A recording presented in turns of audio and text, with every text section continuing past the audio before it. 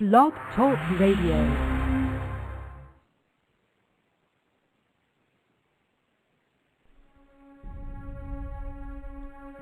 Is racism hurting you? On issues of race, are you unable to speak, think, and act with clarity and confidence? Are you tired of laughing when nothing is funny, smiling when you are not happy, agreeing when you really disagree?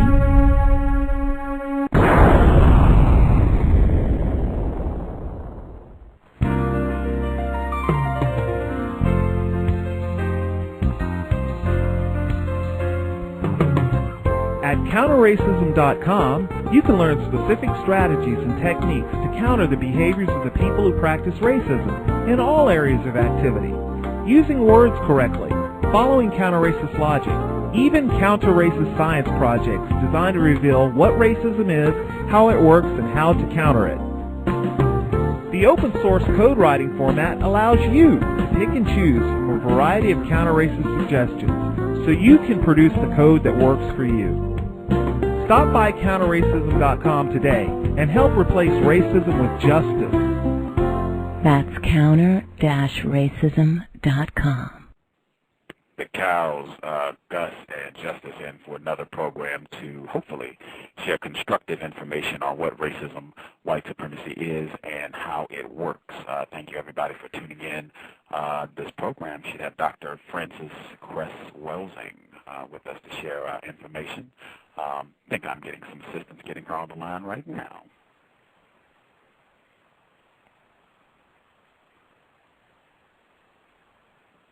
Yeah, it should be a very constructive program. If this is your first time checking out the cows, please check the archives.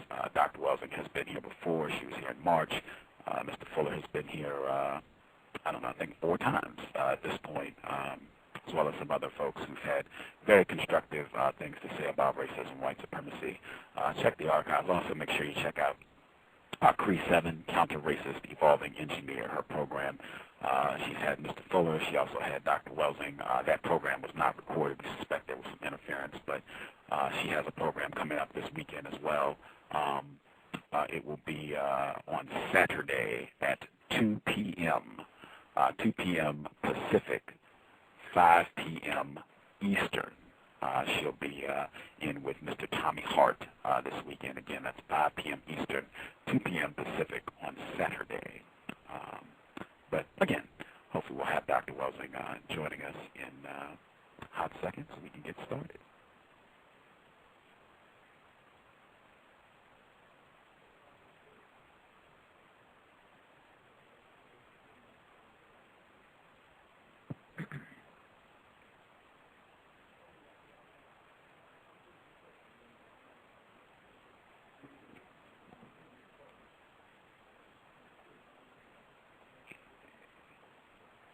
I think we are getting her dialed in. Let's see.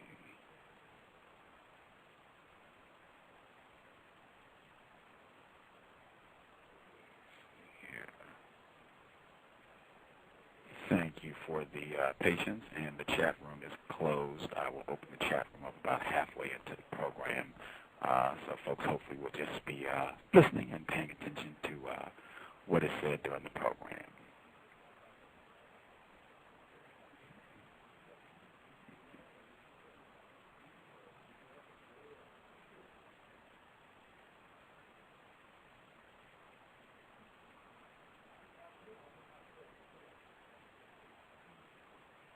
Just make sure she's not here. Dr. Welsing, are you with us?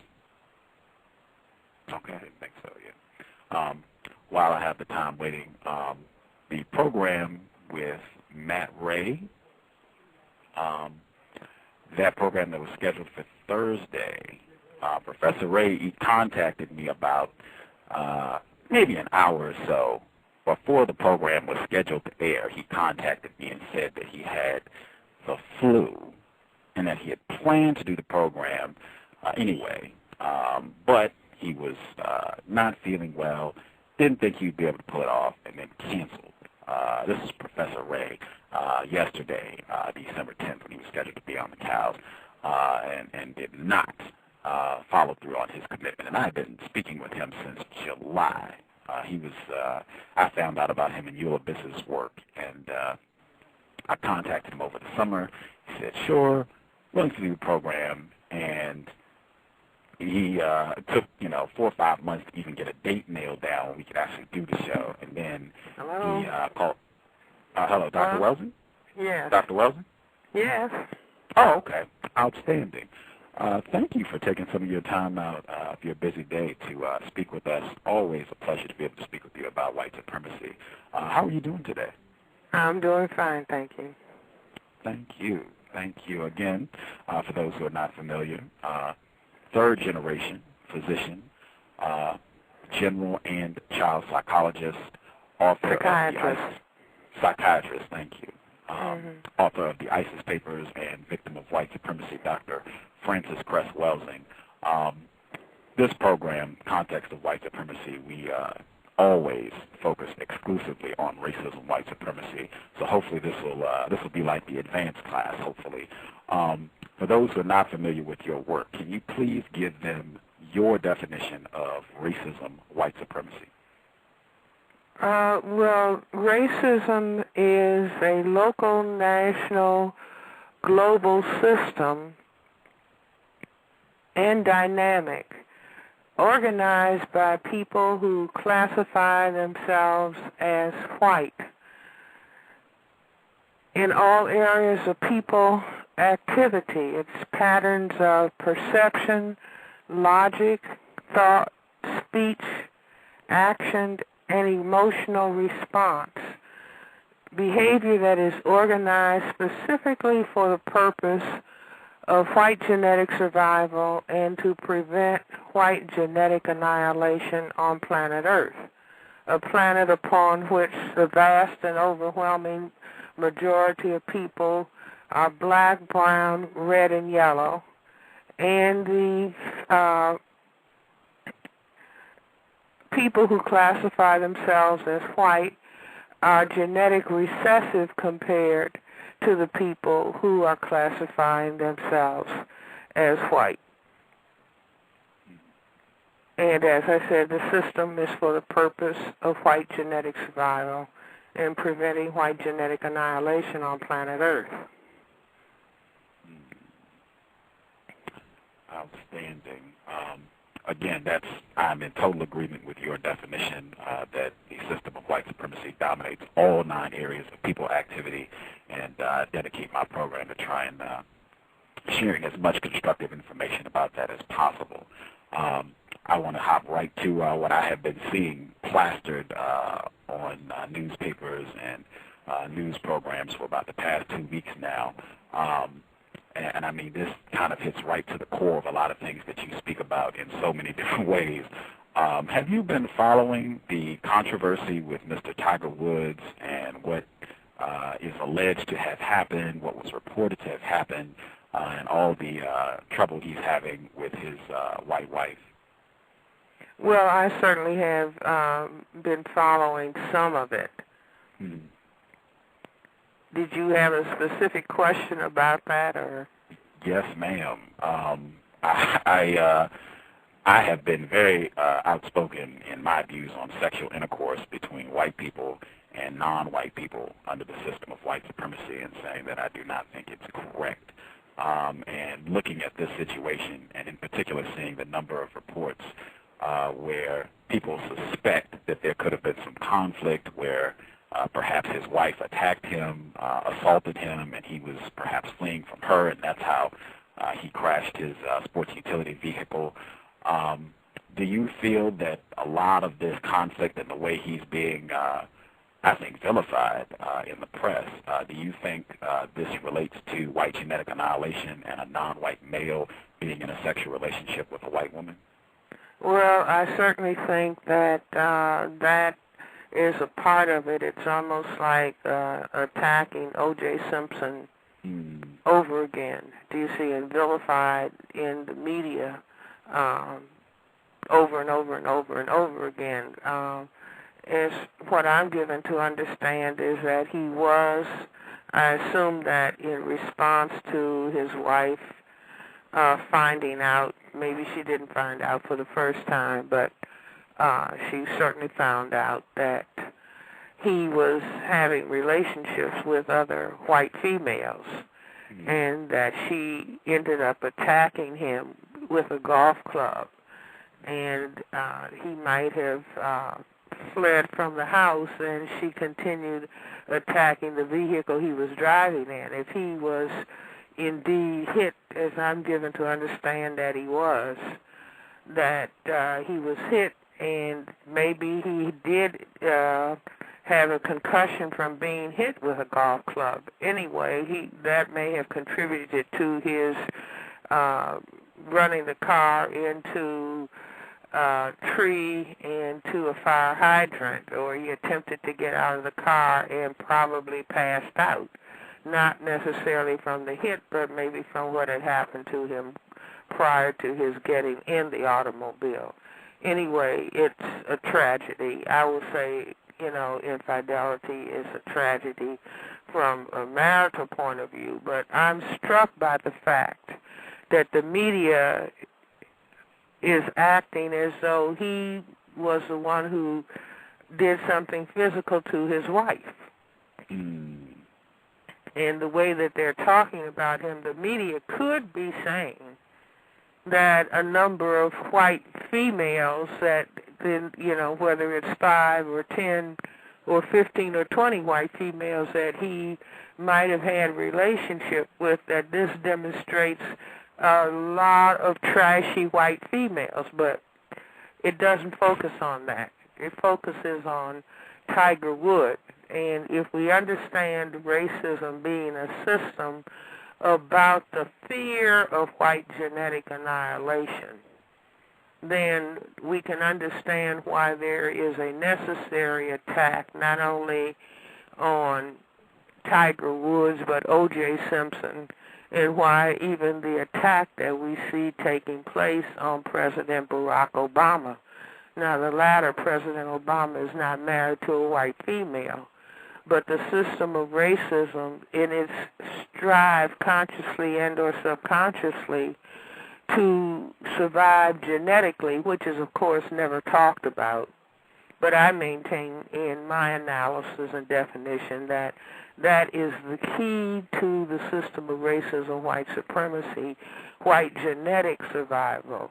And that would mean that black people in general, non-white people in general, black people more specifically, and black male persons even more specifically, would have to be the major designated enemy, because black people have the greatest genetic potential to cause white genetic annihilation. And it is males who can impose sexual intercourse as opposed to females. And so we see a horrific attack taking place on black male persons, or if a black male has developed a position of prominence, such as Tiger Woods, such as O.J. Simpson, such as President Barack Obama, the need to pull down, tear down, discredit, and otherwise attempt to destroy. I heard a discussion on a radio program earlier today when there was a discussion about some white minister who was telling his listeners to turn to a specific radio station. Maybe this is on the internet. And I think it's a particular chapter and verse in the book of Psalms where it talks about destroying a leader and turning the wife into a widow, and that the children will suffer, and directing this for people to think about the President of the United States, attack and destroy. Wow. And we already know that President Barack Obama has received more death threats than any other president in history. I've heard the figure 400 times the number of death threats. And so with, the important point is that we need to understand why we are witnessing this behavior. And if we understand racism, white supremacy as a total global system for white genetic survival that's operative in economics, education, entertainment, labor law, politics, religion, sex, and war, we can understand why we see these things. And I maintain the important thing is not for black people to go around hating white people. That's a waste of time and energy. But if you understand that this is the structure of a local, national, global system that is directed against people of color and directed against black people in general, then the challenge is, what do we do in response? What do we do beyond complaining about it? And we have a history since formal enslavement of complaining about the attack by people who classify themselves as white and talking about the pain that we are caused. It's only recently that, more recently, that we have a more in-depth understanding of exactly and specifically why this is happening. In other words, the people who classify themselves as white people on this planet, they're a tiny minority of people. Fewer than 1/10 of the people on the planet have white skins, and those people collectively identify themselves as white people, and they are in a conscious and or subconscious struggle for their genetic survival on the planet, and that necessitates killing, continuous killing of numbers of non-white people. We see it happening in the Middle East. We see it happening on the continent of Africa. I maintain that HIV/AIDS is not some mysterious virus that fell out of the sky, that it is a virus designed to kill people of color. And it may be ethno-specifically designed, because the system of racism, white supremacy, does create biological warfare weapons. And if they are in fear of their genetic survival, those weapons were not designed to destroy people who are classified as white, but people who are classified as non-white, again, within the context, within the power context and structure of their effort of white genetic survival for the global white minority population. Wow, you touched on President Barack Obama and the way he is treated as a non-white person, even though he is President of the United States. I just saw an article just last week where it was talking about President Obama's efforts to maintain his Latino support. And I read the article, and it talked about all these different things that he's doing to reach out to Latinos, so that they know he's concerned about them and values their voting for him, and that he is not going to forget about their needs. And I thought about that and really contrasted that with, I've never seen anything where President Obama is reported to be making sure that black supporters, that he's not losing his black supporters, and that black people know, hey, I'm concerned about you, and I'm thinking about you all, and what your needs are. Understanding he is a victim of white supremacy, and that white people are ultimately responsible for him being in the White House. How do you feel that plays out in the system of white supremacy, him being reported to be very concerned about so-called Latinos, and not necessarily being that reported to be that concerned about black people? Well, as we know, early on, might have been during the primary phase, where he talked about the necessity to have discussion about racism. And then his Attorney General, Eric Holder, came out and made a very strong statement about racism and that we were possibly a nation of cowards in our inability to talk about racism. And I personally have concluded that President Barack Obama was warned against stepping into a specific discussion about racism, white supremacy as it impacts black people. And I think that also Attorney General Eric Holder was warned, don't go there.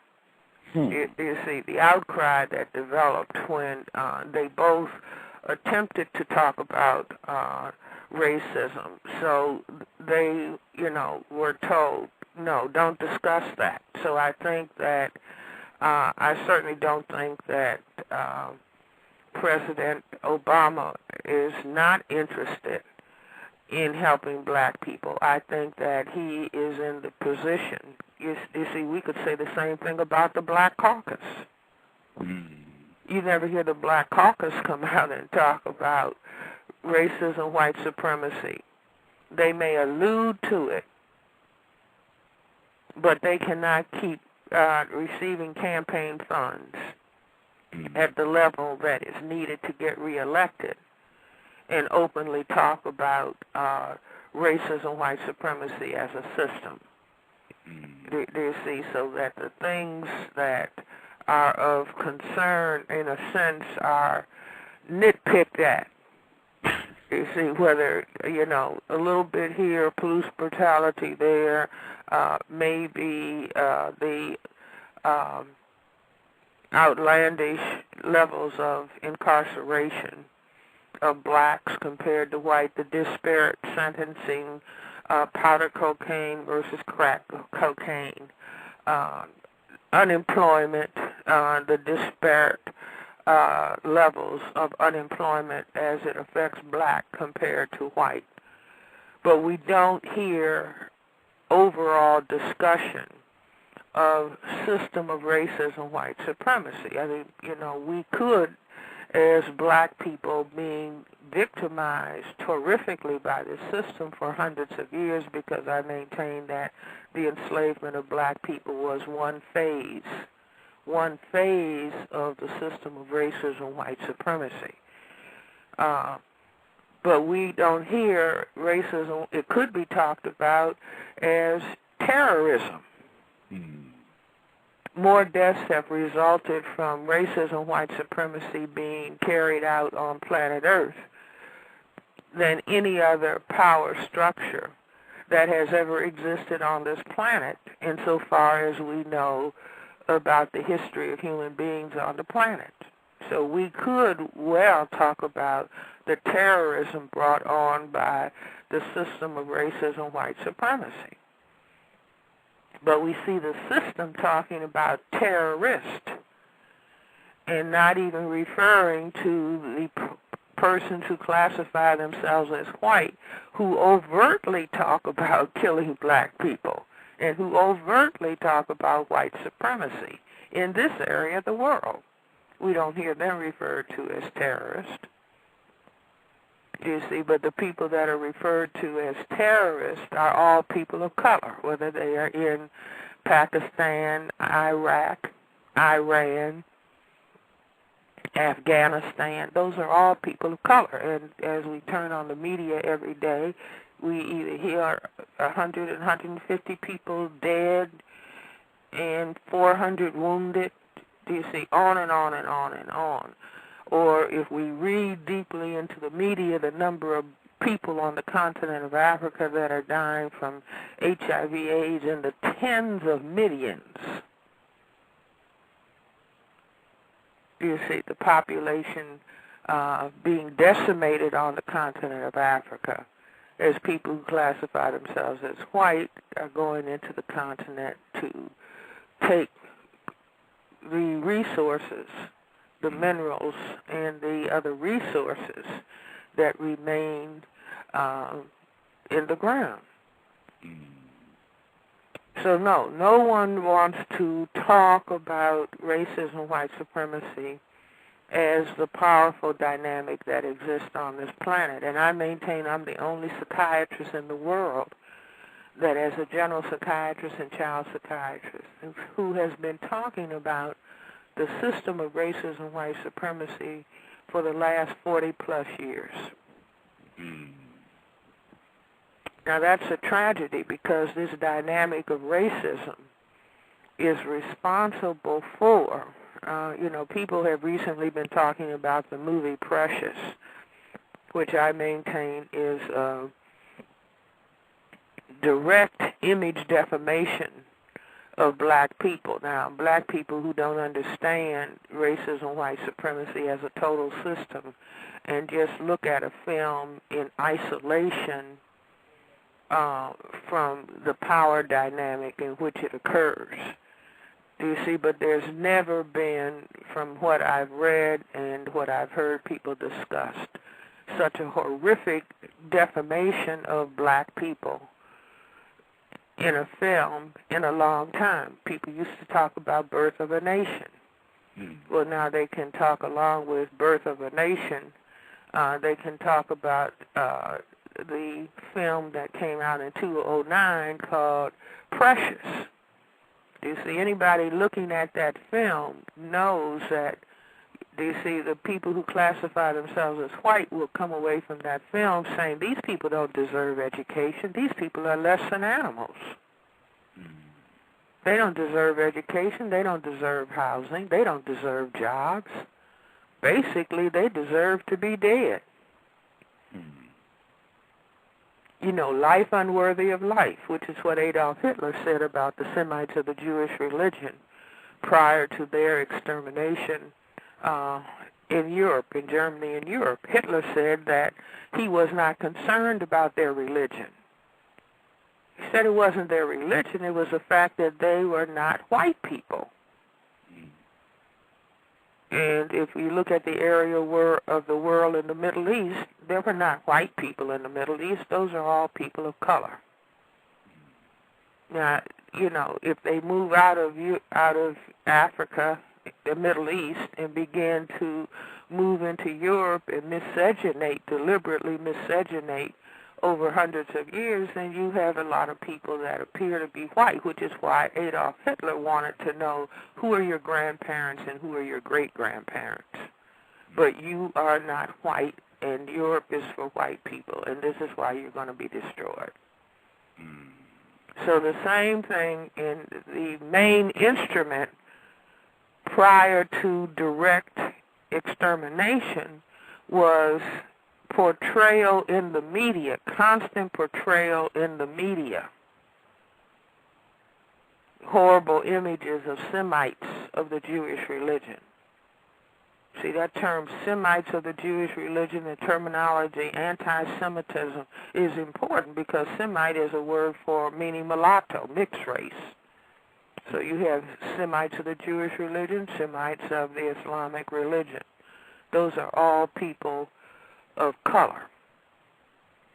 And it's just like black people in this area of the world, people who ended up being ancestors, being miscegenated by the slave master that went on for hundreds of years. So we have a large segment of our population that can pass for white. You see, but many of them pass for white, and many of them don't pass for white. But if you look at them, they look on the surface like white people until they start talking about their ancestry.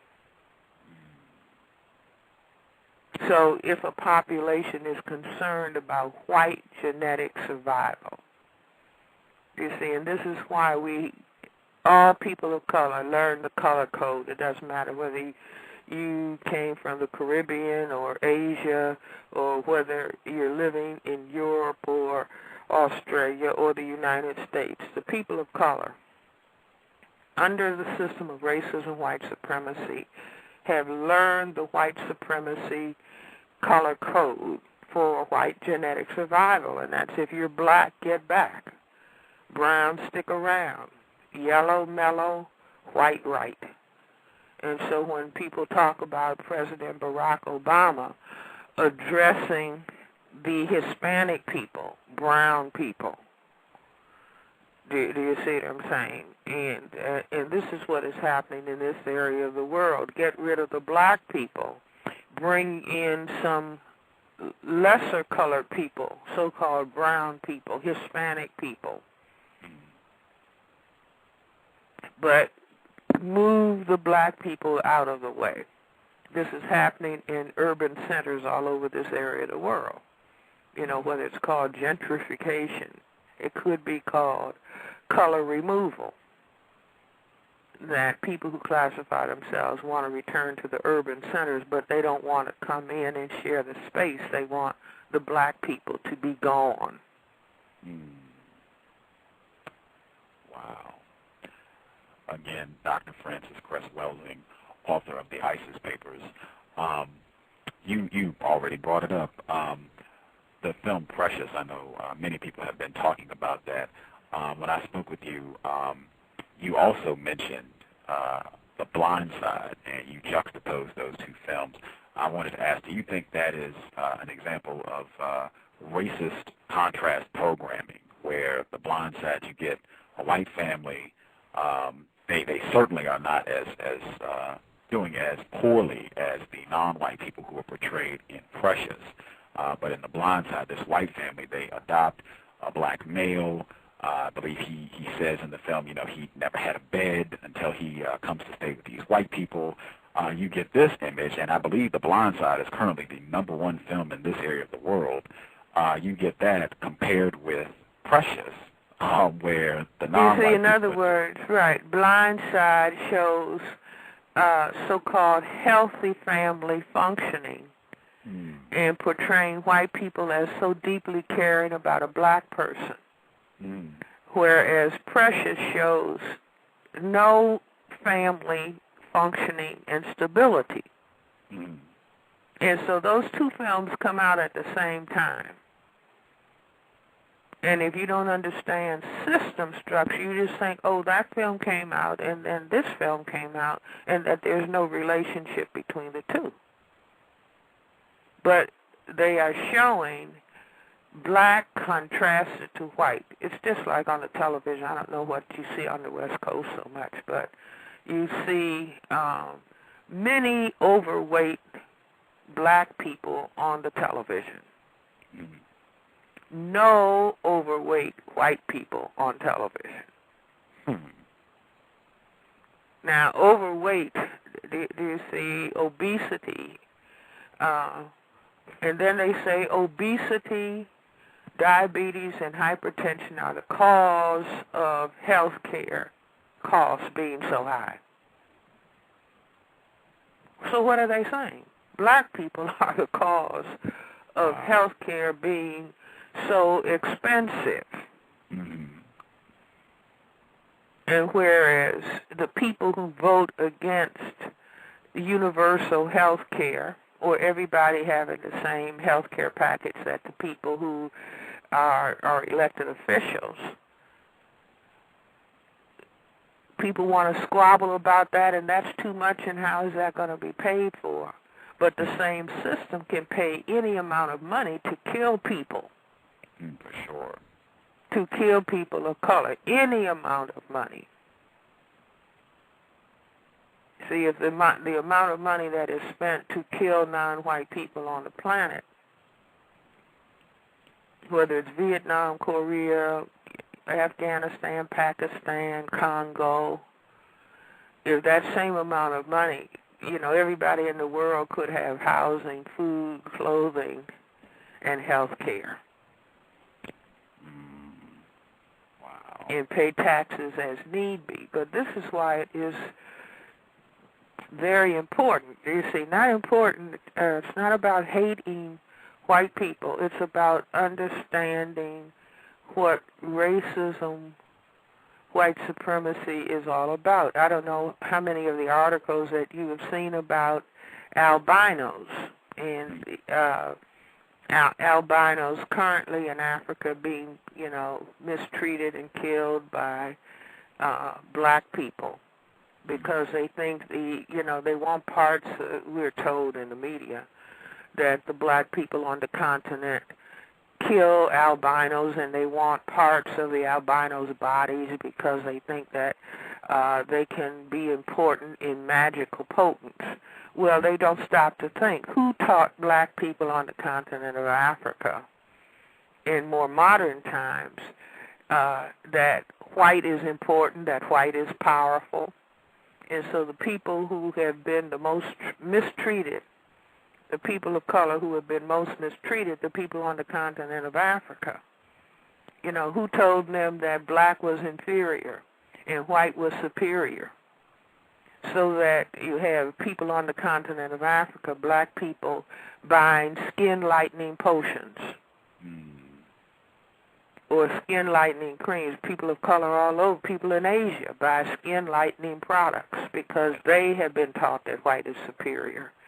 And to have melanated skin means that you are inferior. So then the black people on the continent of Africa want to ingest a part of somebody, I won't say ingest, but, have as a talisman, a part of some people in some places on the continent of Africa, let us say, we are told in the media. Do you see? And then we see the people who classify themselves rushing in to save the albinos.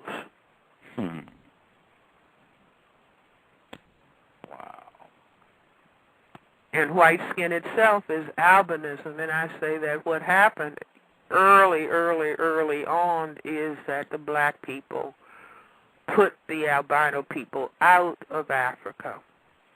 Albinism is a genetic mutation from black, and chased them out, and that's how white people ended in Europe, as quiet as it's kept.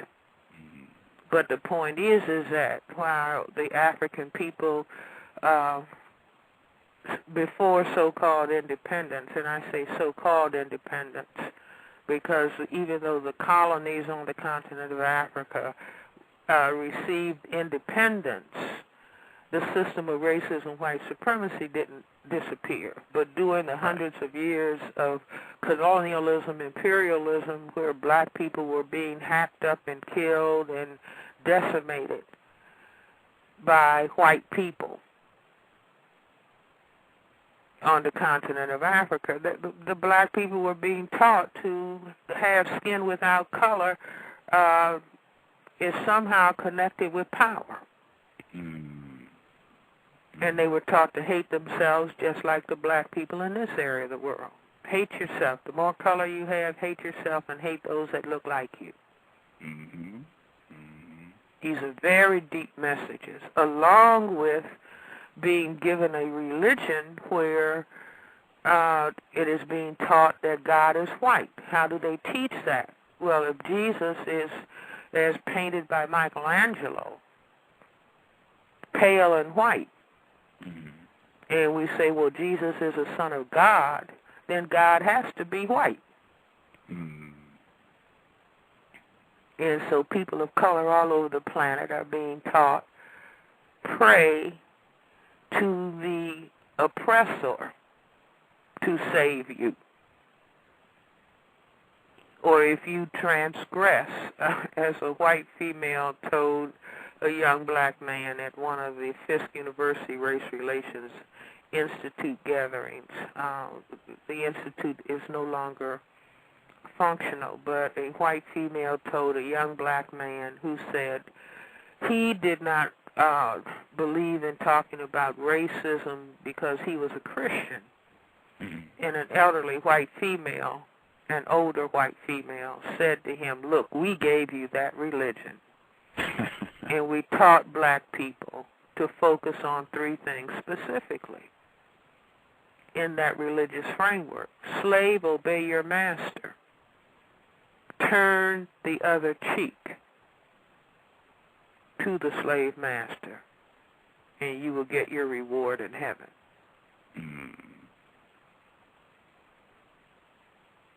Wow. I suspect that was the admitted racist Pharaoh Winfrey who said that. Is that at Fisk University. Yeah, I think I mentioned that to you before. Yes. Oh, okay. Yeah, she's been on this program 3 times, actually, to share information. You mentioned a very important dynamic in terms of non-white people, victims of white supremacy, being conditioned to pray and worship images of a white Jesus, basically to pray to their oppressor. And you talked about how that dynamic continues to play out with non-white people looking for a white savior. The admitted racist known as Tim Wise, I feel he very closely fits that bill in terms of non-white people seeing a white person who does talk about racism and say that white supremacy exists and that non-white people are being mistreated. Non-white people really look at him and just, think he is the best white person in the world. He couldn't possibly be racist. Do you have a view on the white people like Tim Wise and the other white people who say they're anti-racist on the work that they do, and if you feel that they're sincere in this work to work against racism? Well, they are in that role of, even announcing I am a racist, but since black people have been programmed under white supremacy to look to a white savior, so that when white people pose as being against racism, I would almost need to say pretend to be against racism, and go amongst black people, they are triggering that programming, that early programming of black people being trained to look at God as white under white supremacy programming. And so when white people go amongst black people in the role of, I'm saving you. Right. Do you see that if people who classify themselves as white want to end racism, that's why they don't call themselves counter-racism. Counter-racism is about replacing racism, white supremacy with justice. Anti-racism is verbalizing to black people, white people verbalizing to black people that they are interested in ending racism.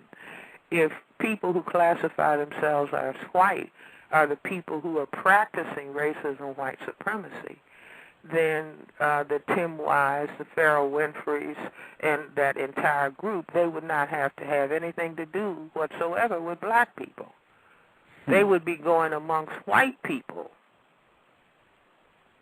and forcing white people to end racism, white supremacy. They would sort of be in the role of a John Brown. But they're not doing that. And so they are just milking the programming that has already been set up. In the system of racism, white supremacy, having black people who are unawares, it's sort of like Jim Jones coming to save black people and leading them to their destruction. Because they are giving black people misleading messages by saying, I'm for you. Well, if you're for me, then go amongst the people who practice white supremacy and stop them. Wow. But that's not where the effort is.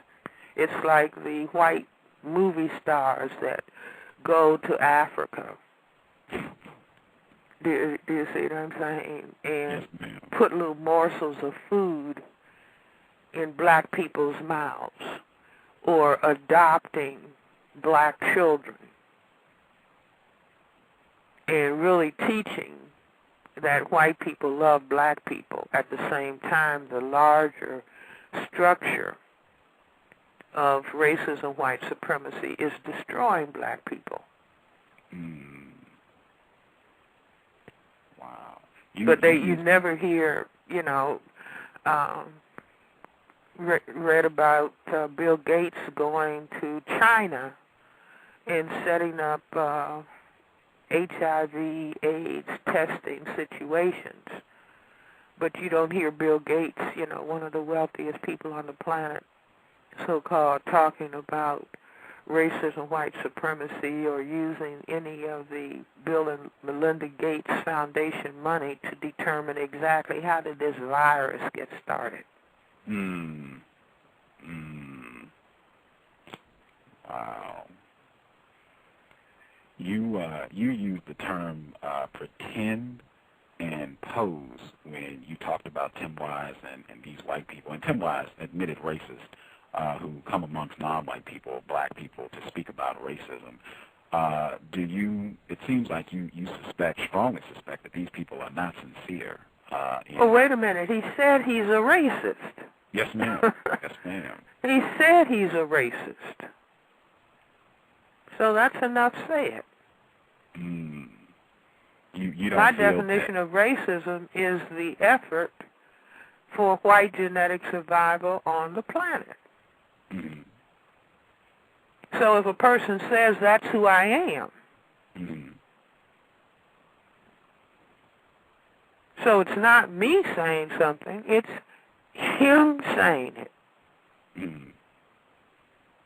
But black people, do you see, after it's the Stockholm Syndrome, after somebody has been imprisoned a long time and they begin to fall in love with the people who have mistreated them. Because each day that they are mistreated, they keep hoping that the person who's doing the mistreatment will stop. And so they move into an identification with the force that is mistreating them.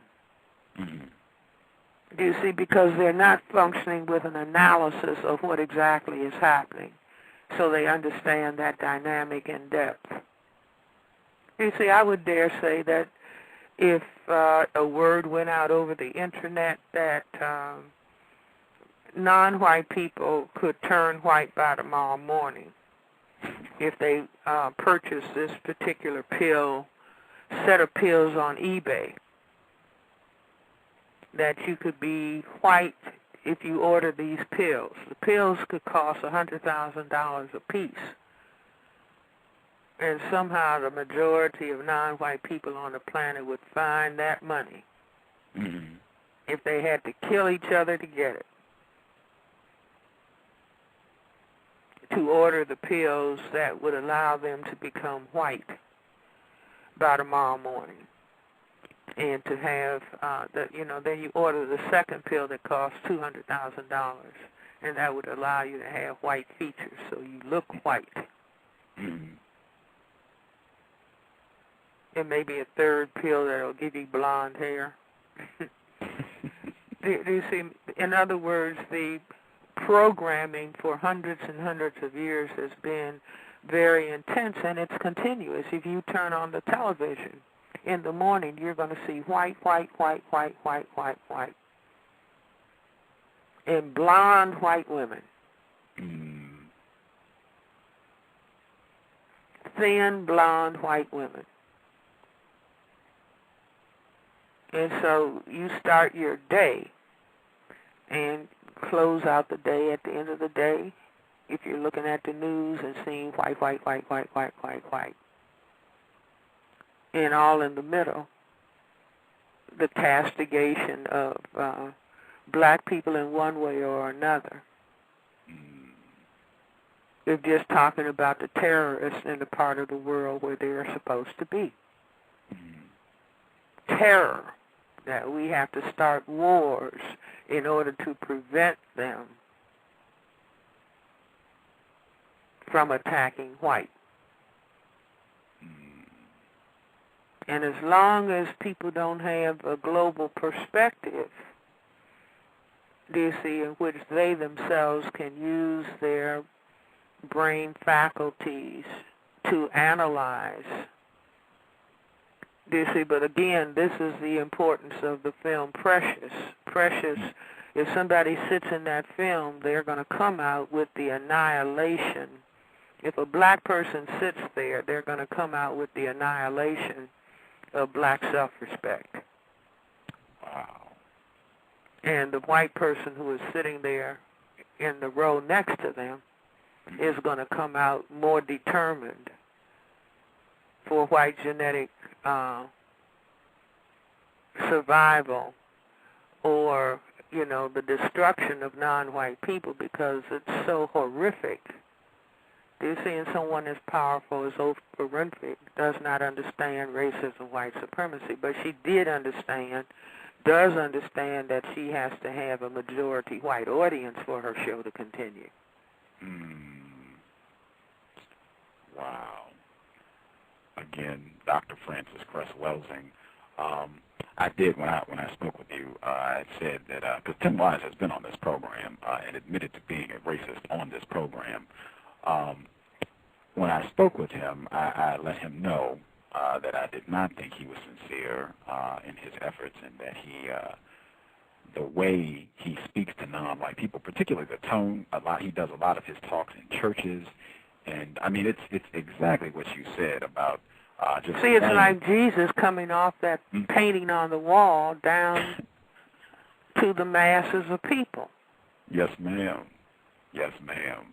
Totally. I mean, I've seen him in person, and he was in a church talking to both non-white people and white people. And the non-white people, they were responding. He had the tone. He sounds, often he sounds like, I guess, the stereotypical Southern black preacher in the way that he speaks about racism. And I told him this on the program, and he said there was a lot of truth to the criticisms that I had. In an email, observation that you had. Yes, ma'am. Yes, ma'am. He wrote an email where he mentioned both you and Mr. Fuller, in addition to writing some emails to me personally before the program, saying that he didn't like my blog, he didn't like my views on racism. He did not like your views? Yes, ma'am. He said specifically that it was unethical for me to say and reference him as an admitted racist, even though he did admit to being a racist on my program. He said that was unethical. He also said, and I'm reading directly from the email, he said that Dr. Welsing's preoccupation with sex, combined with her own strangely Eurocentric devotion to Freudian psychoanalysis, raises more questions about her than anyone she might seek to analyze. I was just curious if you had any thoughts on what Mr. Wise wrote.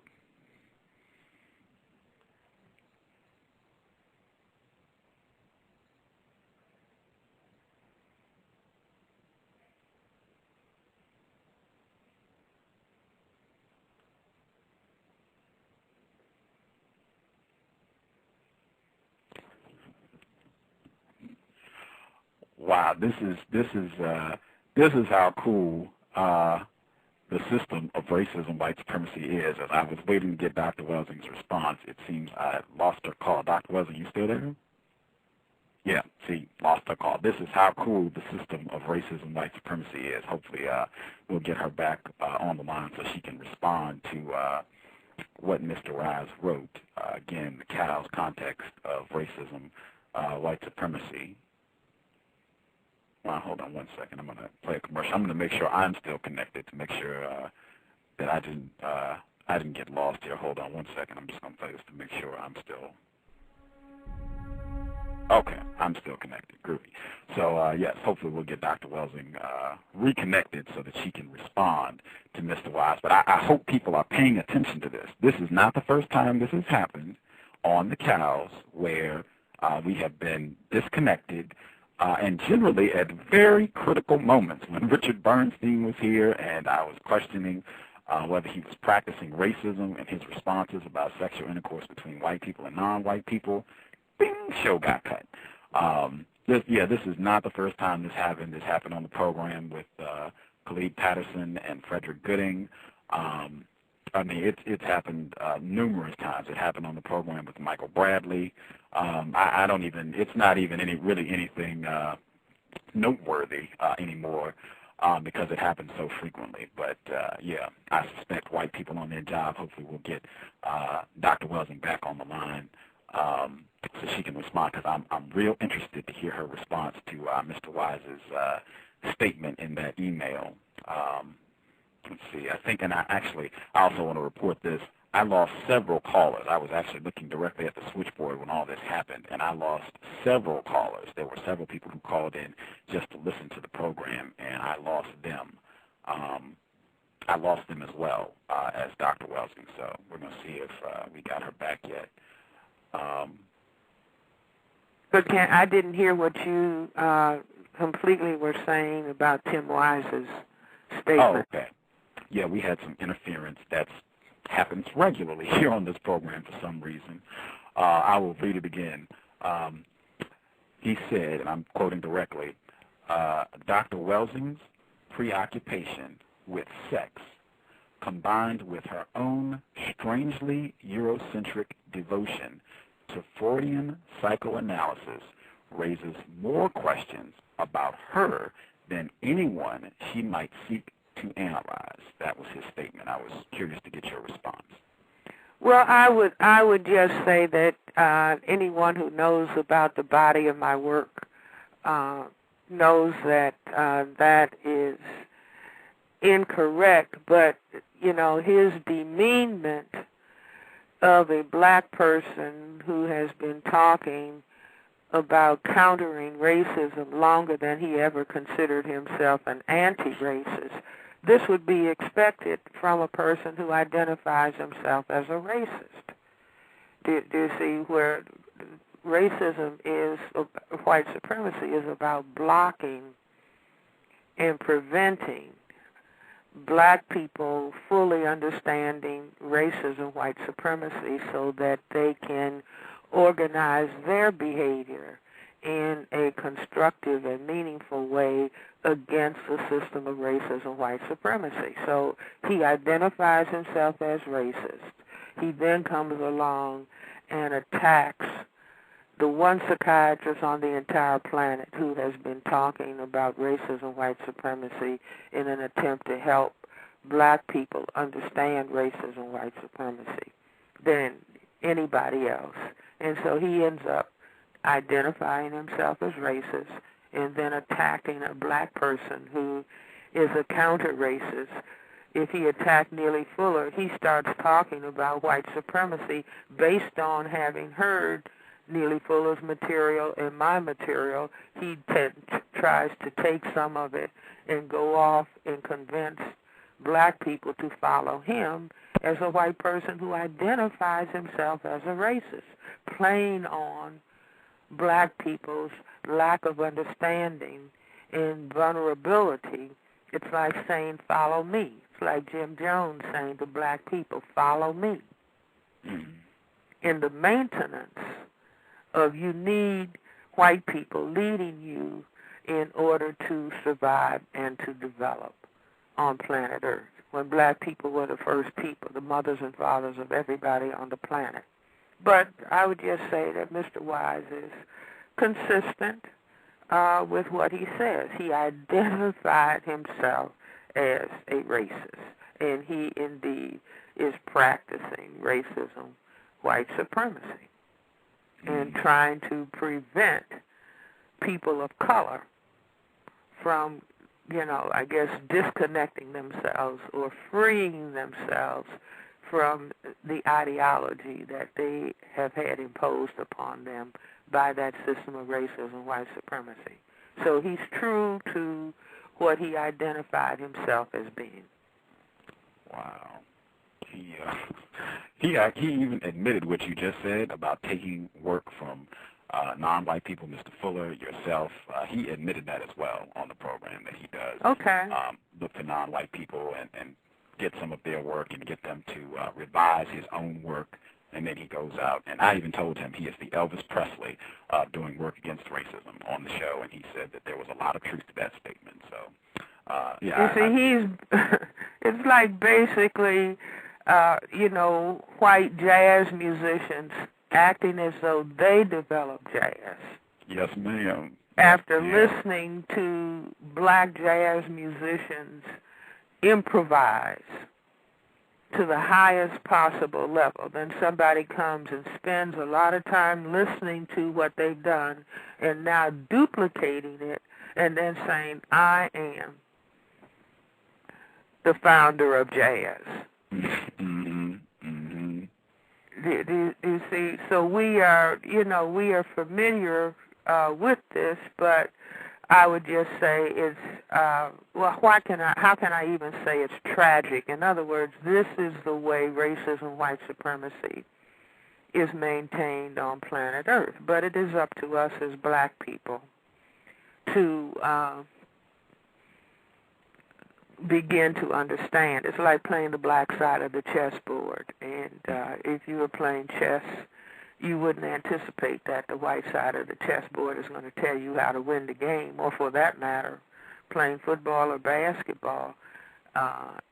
One team doesn't anticipate that an opposing team is going to say, I'm going to tell you how to beat me.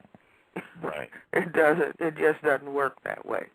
But, Tim Wise can do no better than, the best thing that he can possibly do is identify who he is. And if he said, I am a racist, then listen to that and expect what he does to fit with his self-definition. You see, or to observe and see, well, let's see how many white churches Tim Wise goes to. You see, but he's not paid to go to white churches. He's paid to go amongst black people and to further deceive them.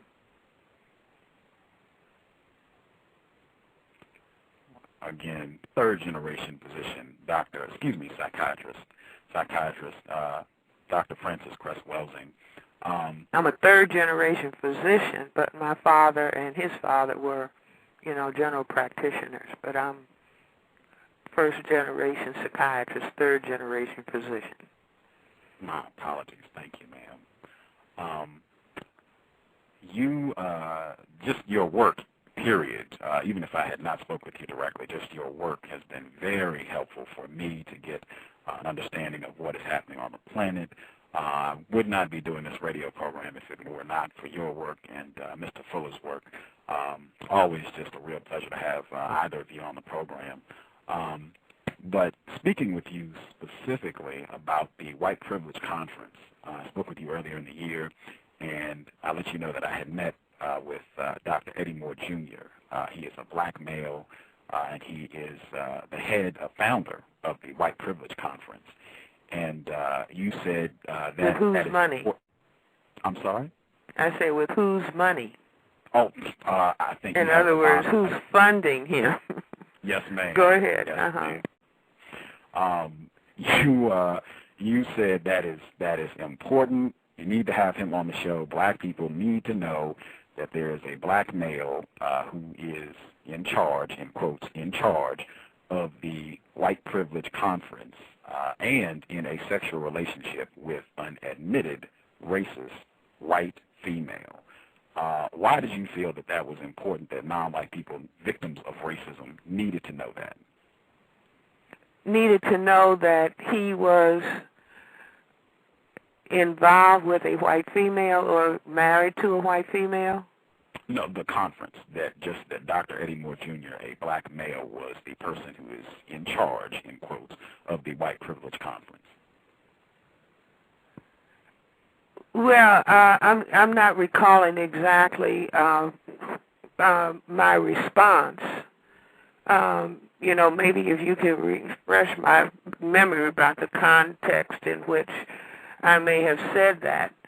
Do you see? In other words, if he is the person who is said to be in charge of the white privilege conference, and he's a black person who is married to a white person,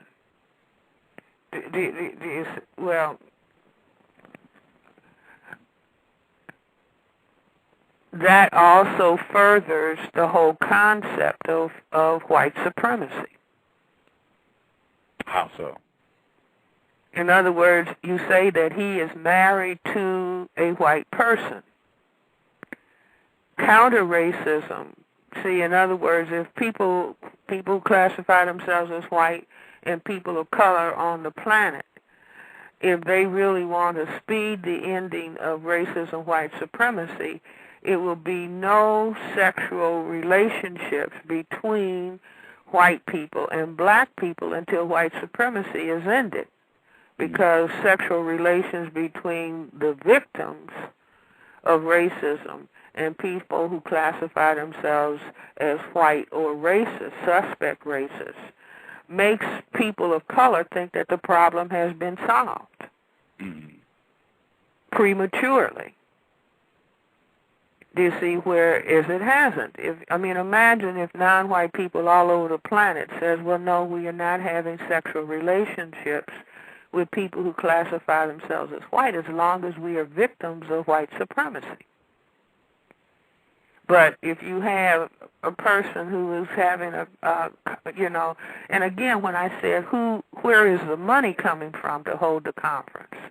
Yes, ma'am. Is this coming from a black person, or is this money coming from people who classify themselves as white? The money controls the content. Yes, ma'am. The money controls the image. That's like when black people can have elaborate programs on television that are funded by big corporations, and they can express anything other than to talk about the system of racism, white supremacy. So it's black people sitting there, but they are not allowed to talk about what the people who are funding are actually doing or what their dynamic is on the planet. They don't have to be talking about hating white people, but they're not allowed to talk about the dynamic of racism, white supremacy. Yes, ma'am. And so this is just strategic. It looks for the undiscerning eye that people like people of color and really want to help people of color.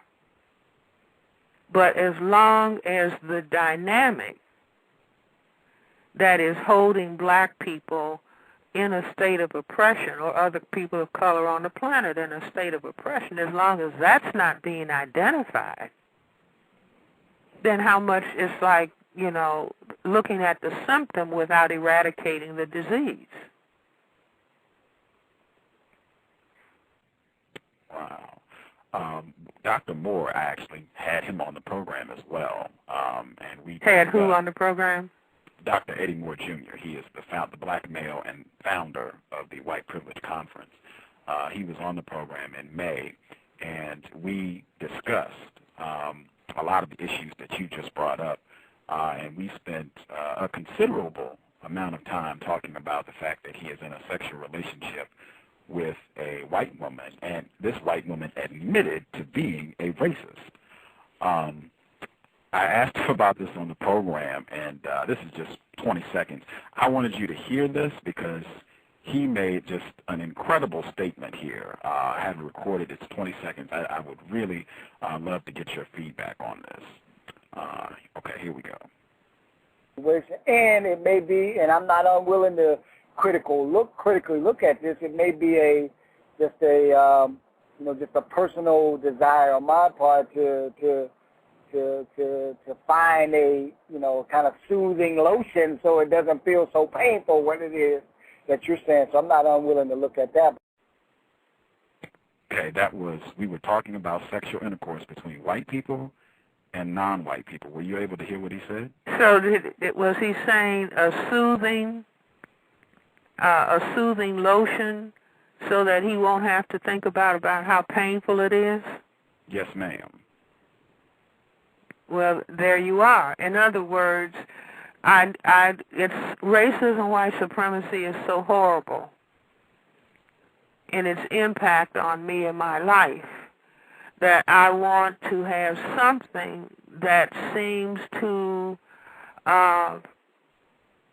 give me the fantasy that which is not all right is all right, and give me some temporary comfort or feed into my illusions.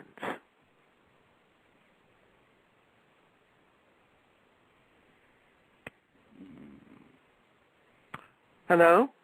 Yes, ma'am. Yes, ma'am. So, do you see, and I think that this is the case. I had a lecture last night, my institute, the Cress Welsing Institute of Psychiatry and Social Research, and a young woman towards the end of the session was talking about the number of black men who are relating to white women, and she talked about a website that has a list of all of the prominent black men or, sports persons who are married to white women, and she was talking about how discouraging that is. But I think that the comment that the gentleman made on your tape, do you see, like, it's so horrible that I wanted to pretend that it has gone away. Wow. But to the extent that, do you see, the black person who said they knew that the person that they were with was admitted racist. Do you see, but they're still white, and I can fantasize that the biggest problem in my life and in the life of my ancestors has gone away. But at some points and at many points, I'm aware that it hasn't gone away. Wow. Again, Dr. Francess Cress Welsing, and I'm not picking on Dr. Moore. I appreciated him taking time to come on the program.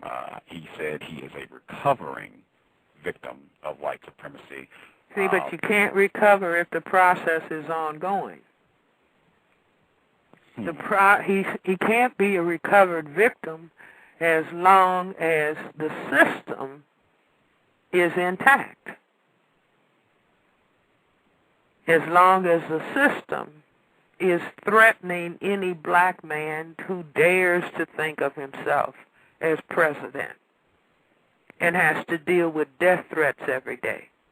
Do you see? So the number of white females who have been released in the system of racism, white supremacy, it's like a battalion, an army saying, okay, we have a battalion, special battalion that is going out to deceive the enemy.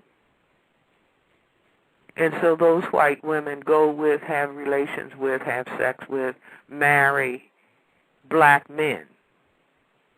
And those black men are in a state of confusion, i.e. Tiger Woods. Wow. O.J. Simpson. Do you see? Or you can name maybe hundreds of others. And so you can use those persons. I mean, in other words, if... and, I'll just say a person in the situation of the individual that you're talking about, to not focus on him, but just take any black male, could be a black female who's with a white man. And so the black female who's married to a white man, the black male who's married to a white woman. And so then they are in a setting where other black people want to talk about the system of racism, white supremacy. What is the expected role of the black male and the black female who are coupled with a white person in that situation? Do they speak against their mate? Or are they expected to stand up and speak against the people who dare to speak against their mate? Am I making myself clear? Crystal clear. Have you observed that dynamic in your time speaking about racism? Oh, absolutely. Wow. Absolutely. Absolutely. I was in a situation years ago, and this was after, I believe, an NAACP meeting on the West Coast. And I was talking to a group of black people about the dynamic of racism, white supremacy. And we were sitting in an oval circle after a meeting, just having dialogue. And the discussion was about racism, white supremacy. And I said that, a white person can cause one black person to attack another black person. Just that this is what the dynamic is all about. And we were sitting in an oval, and there was a doorway, so half of the people in the oval could see the door open and who walked in. And shortly after I had said that, the door opened and a single white female walked in. So the people on the half of the oval who could see who came in, because we were talking about racism, white supremacy, they became quiet. And so a white female entered the space, and she noticed that the conversation stopped because half of the people in the oval could see her. And so black people, according to programming, knew to stop talking about racism and not to offend the white person who had come in the room. So the white woman, who was all by herself, this was at night, and she came in and she said, is it all right if I come in? And I said to her, well, your presence has stopped the conversation. And a black male jumped up and attacked me. Wow. Wow. And I just started to laugh because I said, that's exactly what I had said. It's this, if the forces in the universe set up that, real-life situation so that the people could see. He started yelling at me and attacking me. And I just laughed because I said, that's exactly, Dr. Welsing, she could come in if she wants to. You see, so if the people, who saw what was going on said, wow, and she left. But the dynamic of black people being protective of the oppressor and willing to do harm to each other.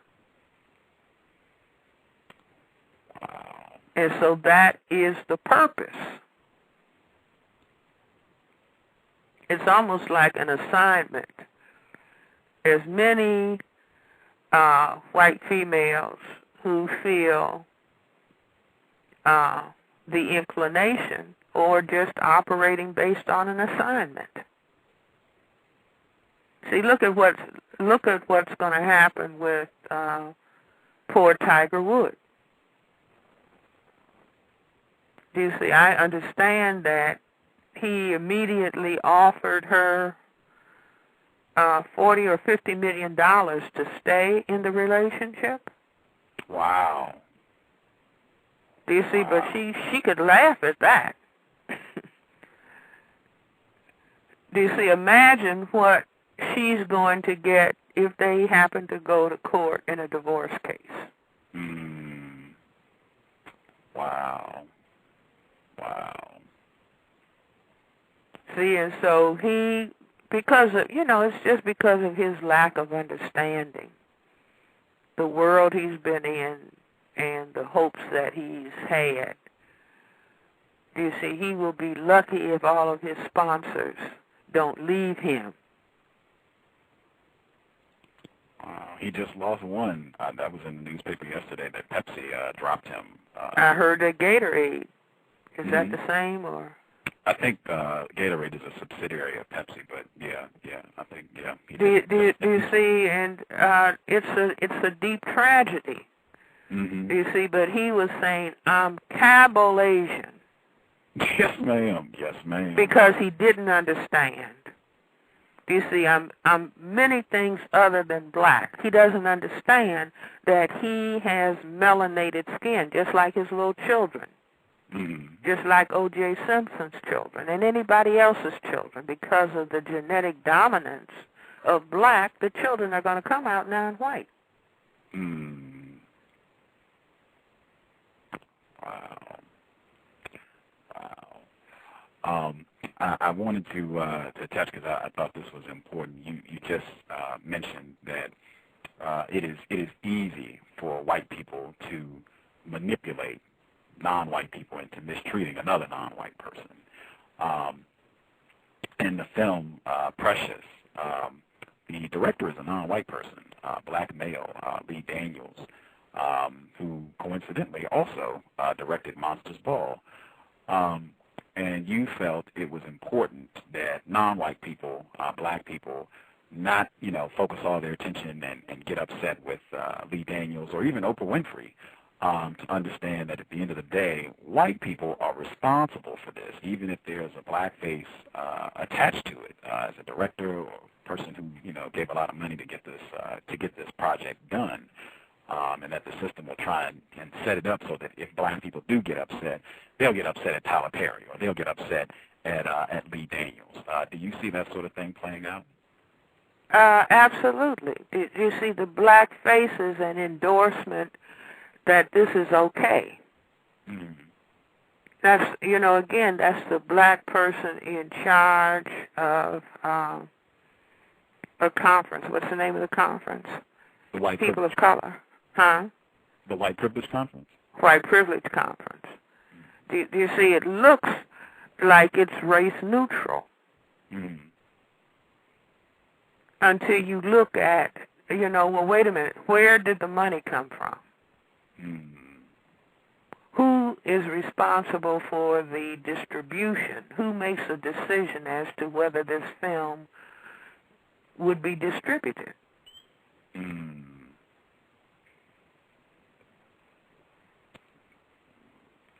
You see, if it didn't get distributed, then it would be nothing. But I would not at all be surprised if it doesn't win an Academy Award.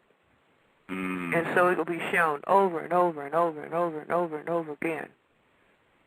You see, a New Birth of a Nation film that is showing, gives justification to the oppression and the deprivation of black people. Now, of the white people, a young man told me that he went to the film this week and that the majority of the people in the film were white. The audience, rather, were white. You see, and so black people will be going to people who classify themselves as white looking for jobs. Looking for scholarships. And that tape, with its powerful, despicable images, is going to run through their minds.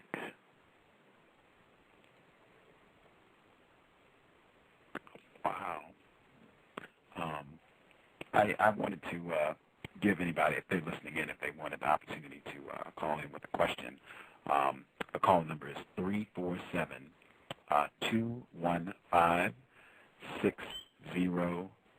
One more time, it's 347-215-6071. Dr. Francess Cress Welsing, general and child psychiatrist, and author of the ISIS Papers. It is Christmas. I definitely had to make sure we get this before I go to the phone lines. Your book, you talk about the symbolism around the Christmas holiday, the anagram, Santa, Satan. Can you talk about how this holiday that we're in now, so-called holiday that we're in now, Christmas, how that plays into the system of white supremacy? Well, do you see, all we have to do is think about the little scene in the manger. We could think about the manger scene and all of the white figures and the little white blonde baby Jesus and white blonde Mary, etc., etc.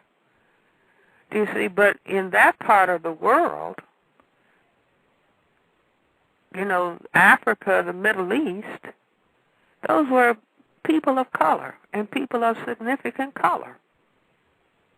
Do you see? But again, it's over and over and over again. And what's one of the most important songs that everybody will be singing? I'm dreaming of a white Christmas. You see, and white Santa Claus comes down the chimney. Mm-hmm. Now, some of the stores have started producing black Santa Clauses, and I think, for the sake of little children, that would be important. But I would dare say that the little children, the little girls who will be getting dolls for Christmas, or the little boys who will be getting toy soldiers, that the little boys will be getting white toy soldiers, and the little girls, the non-white children will want a doll that's white. Mm.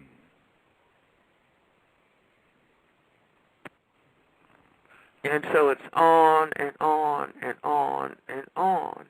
I mean, Easter has a white bunny rabbit. Thanksgiving just got through having, turkeys that have been made into albino turkeys. The original turkeys were big black birds. Mm. But now if you look at a turkey farm, they're all white birds. And so this is, in other words, the system, we can't say system without system having purpose and without a system being structured to maintain the specific ultimate goal objective for which it is organized consciously and or subconsciously. And I maintain the system of racism, white supremacy, most fundamentally is a system about white genetic survival of the genetic recessive tiny white minority on planet Earth. And so it's white. Whether you pick up a textbook, whether you pick up a magazine, whether you pick up a newspaper, it's white.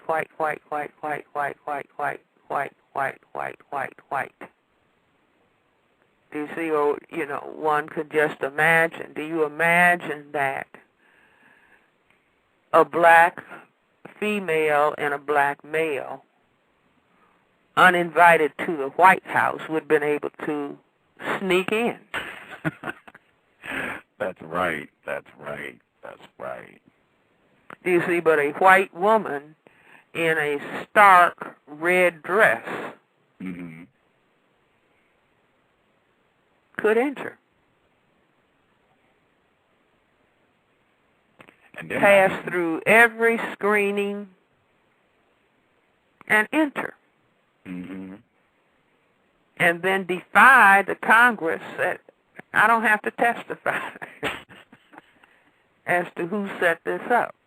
Yes. See, I'm of the opinion that, like if you bring to mind any of the images from that whole event, mm-hmm. do you see, you don't probably have a remembrance of what the Indian prime minister looked like, what his wife looked like, but you remember the white woman in the red dress. Yes, ma'am. Do you see? So if somebody comes along and enters the White House and does harm to President Barack Obama and his wife or his children, well, the lady in the red dress was able to get by, so I guess that's how, God forbid, this new thing happened. See, everybody's brain computer will go back to the lady in the red dress got in. See, if you were trying to, be an unobtrusive, uninvited guest, you wouldn't have on a red dress. Yes, ma'am.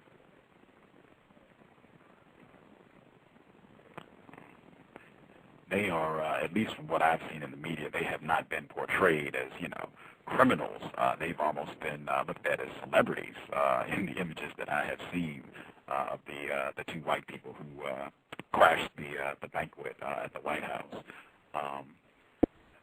We did have a couple folks that called in with a question. 843, are you there with a question for Dr. I can't hear you. Oh, you speak a little louder because I can't hear what's going on. Yeah. Okay. You can hear me now, Dr. Welsing? That's better, yes. Oh, okay. Hello? There was person 843 that called in. You had a question for Dr. Welsing? Yes, Dr. Welsing. I just want to say it's a pleasure and an honor to talk to you today. I am very honored to talk to you about this subject about white supremacy and racism. I want to thank you over and over again for allowing, having your book, The ISIS Papers. It really has opened my eyes to see how white supremacy is embedded. You have to excuse me, I'm kind of nervous. Embedded in and ingrained in the system. And I just want to thank you for keeping white supremacy. And you are one of the only ones I see, of our so-called leaders or teachers, I could say, in keeping this subject out there. And I just want to thank you for keeping it, the fire lit on this type of subject. My question is on another film, The Princess and the Frog, that's out. Right. It's kind of funny because I went to Walmart yesterday and I was walking around, and this thing about, you always talk about images, and it's funny how white supremacy is in every little, even the littlest thing. And I was looking at a poster, and I seen they had the one, the black princess there, and they had the alligator, but the man, I don't know the way, I guess you could say he was white or Latino. And I shook my head because I was laughing because I said, now look at this. They can't even in a cartoon have a strong black male as a figure of going with a black female. I said, even in cartoons, they have to get somebody of a lighter persuasion to play roles. And I shook my head, and I was just saying, how ingrained the images that we see on a daily basis and how it has an effect on our psyche. Because even here, I'm from South Carolina, Myrtle Beach, South Carolina, and boy, I see so much interracial relationships down here, and it's so funny because in the same token, you see so much Confederate flags, and it's so segregated here. So it's just, it plays on the image thing. Like you said, you wake up with white, and you go to bed with white on your mind. And it's just, I just want your response on how this is really ingrained and embedded in our minds, these images. Well, I thank you for your statements. I went into psychiatry, stayed in psychiatry, let me put it that way, because I could see how racism was causing black people to be mentally ill. And I knew that if I was going to be an effective psychiatrist to black people, I needed to be able to help people understand racism, white supremacy, what it is and how it works and how it impacts their lives. So when you say you read my work and it helped you see, I get letters like this all the time. I get letters from black men in prison. You helped me understand. I wish I'd understood this before I got into all the difficulty that I'm in. Do you see? But you're absolutely right, and you got to give yourself credit for being able to pick it up and see exactly what's happening. They could not have a black princess and a black prince. See, that would be that would be like the destruction of white supremacy. For black men and black women to see each other as beautiful, self-respecting people, because those two people would get together and raise strong black children, which is the anathema for racism, white supremacy. And so, you see, everybody's talking about the black princess, and, oh, isn't this wonderful that they finally have a black princess, Walt Disney? No, but they did something critical. she is not with a black prince. Do you see what I'm saying? So, could be a white male who simply got a suntan, you know. But this is what the system is all about, and it doesn't happen by accident. You see, it's like if you look at a lot of commercials that are, at least what we see here on the East Coast, if you see a black man in a commercial, chances are he's standing next to a white female.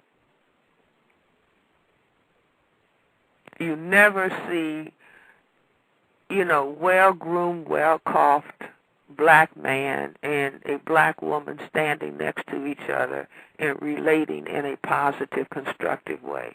If you see a black family setting, you see a black man acting like a goofball,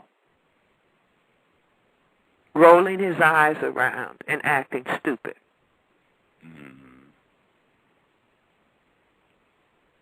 You see, and so the whole thing about, you know, if black men, if you were once lynched and castrated, if you thought about looking at a white female, now you have your white female, but you don't have a job.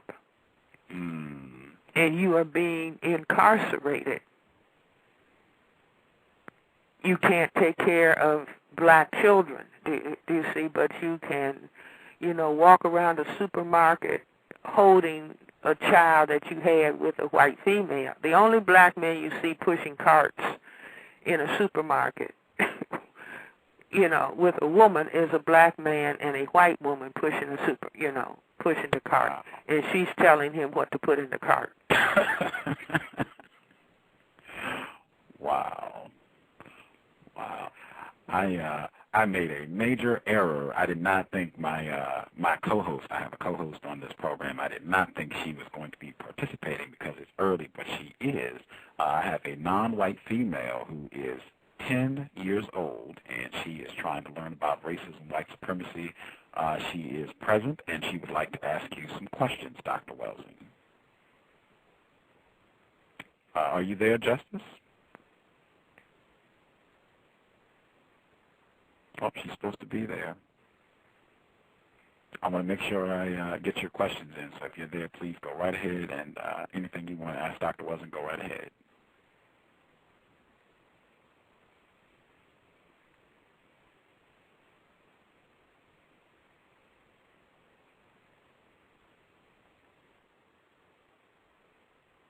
Okay, hopefully she will just yell out when you're there and you have your questions, just call out so we can, because I definitely want to get your questions on the show. I didn't think she was going to be participating. There's someone who called in at 111. I don't see a number, but 111. You have a hand up? Do you have a question? Greetings, Renegade, and greetings to you. Hello, how are you doing? I'm okay. And greetings to you, Dr. Welsing. Yes, greetings to you. I echo all the statements in terms of gratitude and thanks for all the work that you've done and continue to do for all the victims of white supremacy. Thank you so much. More than any words I have to express the thanks. There really are no words to express the thanks that I have for your work and the Renegade's work. Thank you so much. Well, thank you for saying so. I have a couple questions. The first has to do with... well, give them to me one at a time. Okay. I saw you on the Donahue show, and on that show I think that you said something to the effect that the job that white people need to do is to get comfortable with their status or something to that effect. And right. My question is, do you think they can do that? Because if they do, wouldn't that then also mean that it's not purposeless, that it's in connection with producing justice? And if they produce justice, doesn't that then endanger their survival rate?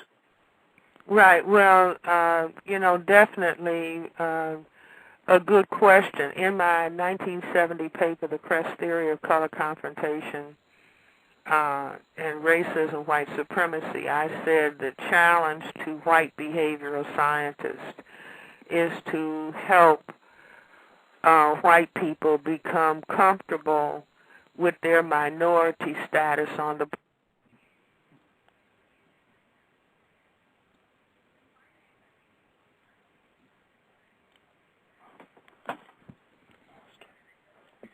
Hello? Dr. Welsing, are you there? Uh-oh. I think we lost Dr. Welsing. Hopefully we'll grab her, get her right back. Justice, we can now hear you, so I'll make sure I get your question on. Thank you for hanging in there. Okay. Yeah, as soon as we get Dr. Welsing back, we will get, hopefully she can finish answering Mr. 720's question, and then Justice, you can take it away. My apologies. I thought you were doing your schoolwork for the morning. My fault. Oh, no. We hope she'll be right back, and we can keep rolling. Context of white supremacy, Justice, Gus T Renegade. Hope you all have found the program constructive, and I will try and make sure I get the rest of the calls. I see 786 as well. Anybody, if you're listening, put a 1 up if you have a question. That way I'll know if you're just listening or if you have a question. And the chat room is now open. If you are listening live at Blog Talk Radio, all you have to do is refresh your page that you're listening on, and you'll see the chat room. It's open now, so you can type anything. If you have a comment about the program, if you have a question or what have you, you can put it in the chat room. It's open. Just refresh your page. Our Plug Cree shows again. She has her program this weekend, Saturday, 5 p.m. Eastern, 2 p.m. Pacific. Dr. Welsing, did we get you back? Hello? Yes, ma'am, we got you back. Okie dokie. 720, he asked his question, and we got cut off in your response. So you were responding to his question. Yes, I was saying in my 1970 paper, The Cress Theory of Color Confrontation and Racism, White Supremacy, that the challenge to white behavioral scientists was to help white people become comfortable with their reality on planet Earth, their minority status and their genetic recessive status, and helping them respect themselves in that position. But the caller said, wouldn't that, in other words, if the people who classify themselves as white, if they should do that, would that not lead to the elimination of this system of racism, white supremacy?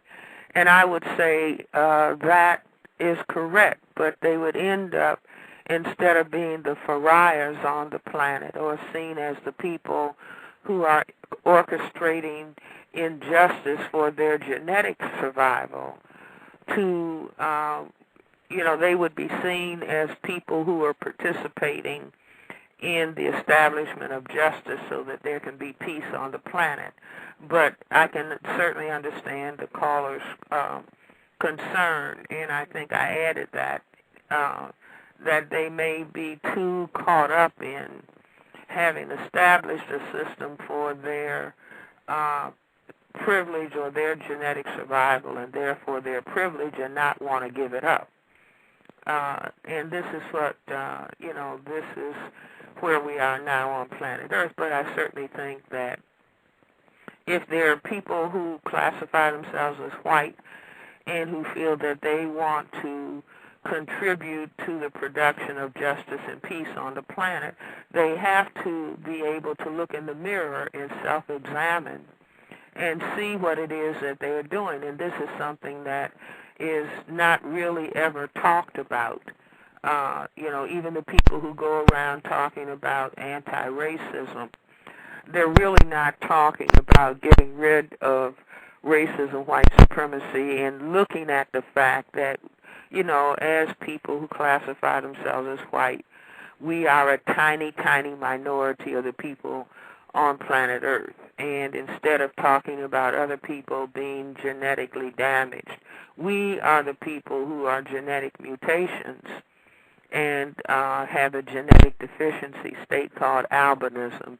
And so therefore we have the fear of white genetic annihilation. They're not talking in depth about that, even when they talk about white privilege. So, this is a difficulty, and I would say that people of color on the planet cannot wait and sit around to see whether white behavioral scientists will help people who classify themselves as white over this obstacle, that people of color must proceed forward based on what we have known the history and the present to be, and be determined that there is going to be the replacement of racism, white supremacy on planet Earth, and the establishment of justice, so there can be peace. And the way that, the critical thing that people who are classified as non-white, the black, brown, red, and yellow, all people who are shades of black, have to begin to, number one, first and foremost, understand exactly and specifically what racism, white supremacy is. And as Neely Fuller says, if you do not understand racism, white supremacy, what it is, and exactly how it works, everything else that you think you understand will only confuse you. So the first order of business is for the non-white global majority to understand racism, white supremacy. And the second level of work is to begin to transition from disrespecting themselves as people of color and begin to deeply respect themselves and to appreciate who they are, not trying to transform themselves into white people, but to begin to respect themselves as individuals. And the evidence of that respect is how they treat one another.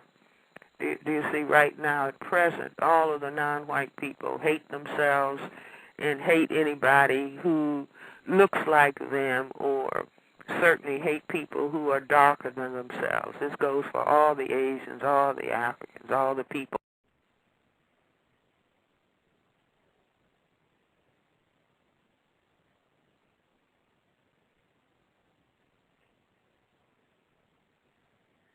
Well, I think we had interference yet again.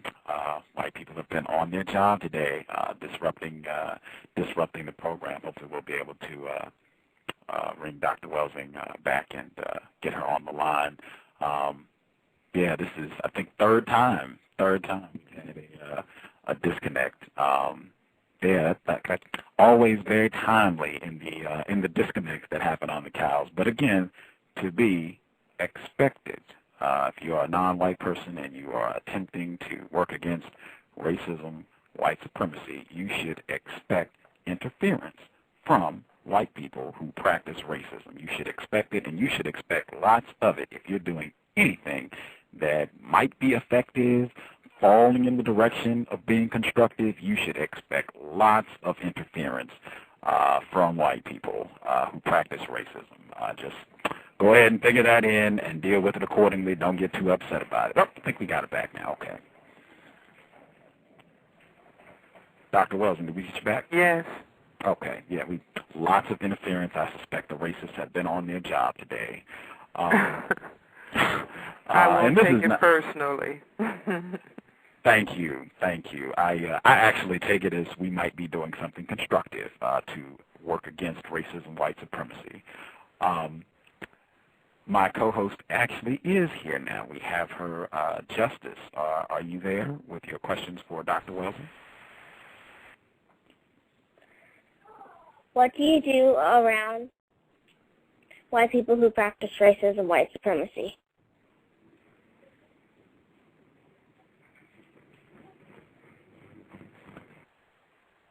Hello? Are you there? I can hear you, Justice. Dr. Welsing. I tell you what, why don't you repeat her question? let her give the question to you, and then you repeat it so I can really hear it clearly. Okay. Her question was, what do you do, Dr. Welsing, when you are around white people who practice white supremacy? Well, do you see, one would have to say the vast and overwhelming majority of people who classify themselves as white, which is the purpose of white classification, that they are in some manner practicing racism, white supremacy. So I advocate that black people should relate to all people with courtesy and with respect, but at the same time understanding. In other words, black people being discourteous to people who classify themselves as white is not going to end racism, white supremacy. But black people understanding fully what racism, white supremacy is, and not being deceived by any aspect of it, can show courtesy and respect to people who classify themselves as white, who they encounter. Because it's not about hating people, it's about understanding them, understanding their motivations, understanding their behavior, and then understanding what we as black people, individual black people, and collectively, how we relate to ourselves and understand ourselves.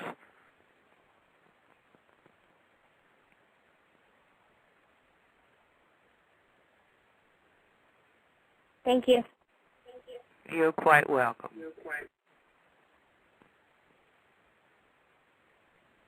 Do you have some more questions you would like to ask, Justice?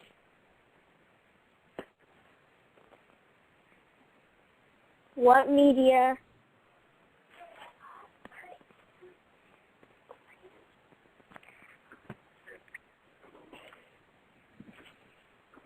Never mind, I don't have any more questions.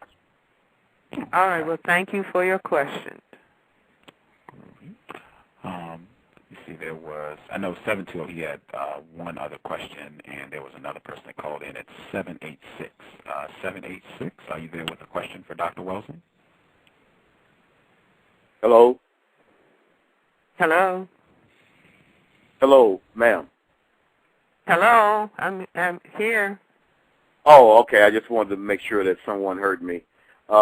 Yes, thank you for receiving my call. I'm a resident of a place in the world that's called Miami, Florida, and I came on the last part of the program, so I really don't have any questions, but I would just like to make some acknowledgments of my appreciation for over about 25 years of my life, that on how you, Dr. Welsing, has helped me clarify my understandings of the global system of racism, white supremacy, as far as answering some of the questions of why it exists. And I'd just like to give you some acknowledgments on that, of my appreciation of assisting me personally on that. Also to the host, this is a very constructive program. It is something that is very much needed for others to listen to, and I just wanted to give some kind of acknowledgement to everybody, even a lot of the callers who ask questions. They're quite consistent on who those people are. I don't know them personally, but nevertheless, I'm steadily have been listening for over about a year or so, and it's been very, very constructive, very helpful to me personally.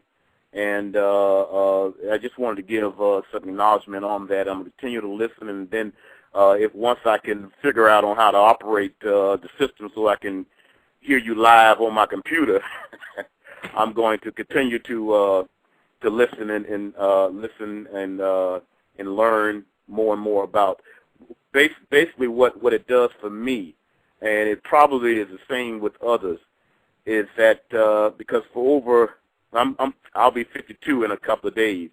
For through most of my life when it became conscious to me that there was some problem based on color within this planet. I couldn't really define it. I couldn't really define it on exactly what it was. But when I read Dr. Welsing's book, The ISIS Papers, it just like I heard her say when she first heard Mr. Fuller, on how it turned on a light. Her book turned on a light in my head. I personally met Mr. Fuller about 20 years ago, and that even further assisted me in my personal walk through under this global system of racism and white supremacy. And so basically I'm just, calling in to give acknowledgement to the program, as well as Dr. Welsing and Mr. Fuller and everybody else that I have met through this online service. And just want to give my acknowledgement. Thank you for listening. Well, thank you. Thank you for your call. Thank you, sir. 720, he said he had two questions, so I want to make sure I get his other question. 720, are you there with your other question? Yes, thank you, Renegade. Quickly, so Dr. Welsing, this is still to the first one. So have you concluded that white people are capable of being comfortable with their status at this time? Well, that is to be determined. Do you see, we don't, I remember being at a meeting of psychiatrists, this is a number of years ago, in Miami Beach, Florida, at the annual meeting of the American Psychiatric Association. And there was a panel discussion about racism, and several of my colleagues, black psychiatrists, were talking about their understanding of racism from a Freudian psychoanalytic perspective. I was in the audience, and it might have been 2,500 people there. At the end of the panel presentation, the moderator said, are there any questions from the audience? And a couple of people might have raised their hand, and I raised my hand, and I said that I thought that racism, this was 1969, I said I thought that racism was related to the fact that white people were a tiny minority of people on the planet. And the room fell completely silent. And the moderator said, does anybody want to respond to that? And it was just quiet, and the session was over. After that, I might be standing at the elevator or, in the hotel looking at shops, and a white person would come up to me and whisper that they heard my comment and they wanted to know. Now, these are other psychiatrists. These are white psychiatrists saying, do you think that white people know that they're a minority on the planet? Do you see? And whispering it. So this was, quite astounding to me. I would dare say, do you see, to the extent that people are programmed by television and the images that they see on television, I wouldn't be surprised if large numbers of people who classify themselves as white think that whites are the majority on the planet. You see that whites are a majority, in other parts of the world, other than maybe, save Africa. Do you see? But even the majority images that you see about Africa, you're looking at white people. So I think that there are many people who classify themselves as white who, if they know it, they don't want to think about it. Do you see? They don't want to think about their vulnerability, although they might be thinking about it as they talk about terrorism everywhere. You see, and everybody is a terrorist, and Al-Qaeda is expanding all over the world in different places where there are people of color to justify attacking people of color. But I think that, the question as to what they know and what they understand and how they will respond to their understanding. I think that, to the extent that they think they need more and more weapons means that they do understand their minority status, and their response to that is directing war, whether it's chemical warfare, biological, straight warfare against people of color, tragically seems to be their answer. But to the extent that the global non-white majority, overwhelming majority population on the planet, if this global majority of non-white people begin to understand racism, white supremacy, and take the position that they will not be fighting and killing one another, that this is going to itself bring a halt to racism, white supremacy. You see, if the majority people that are programmed under white supremacy to fight each other, if that would stop, that deals a significant blow to the maintenance of white supremacy itself. Do you see, it's just like in this area of the world where black people are programmed to call themselves bitches and whores and gangsters and thugs and dogs and niggers, and to look at one another in that way, and therefore the brain computer says it doesn't matter if you shoot or kill or lie or steal from this person. And so what if the black people in this area of the world refuse to go into any negative behaviors in relationship to one another? Think about how that would be a blow to racism, white supremacy. Now, the response might be to come out with some new virus or some new form of chemical or biological warfare. Do you see? But then black people would be able to put that particular move or tactic into perspective.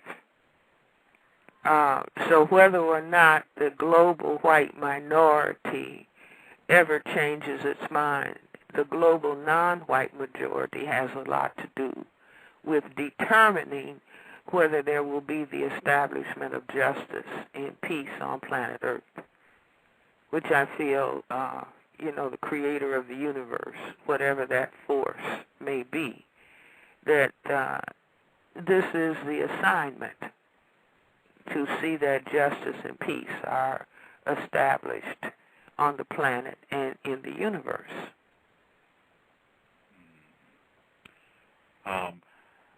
Dr. Welsing, there was a person, non-white person, in the chat room. She had a question.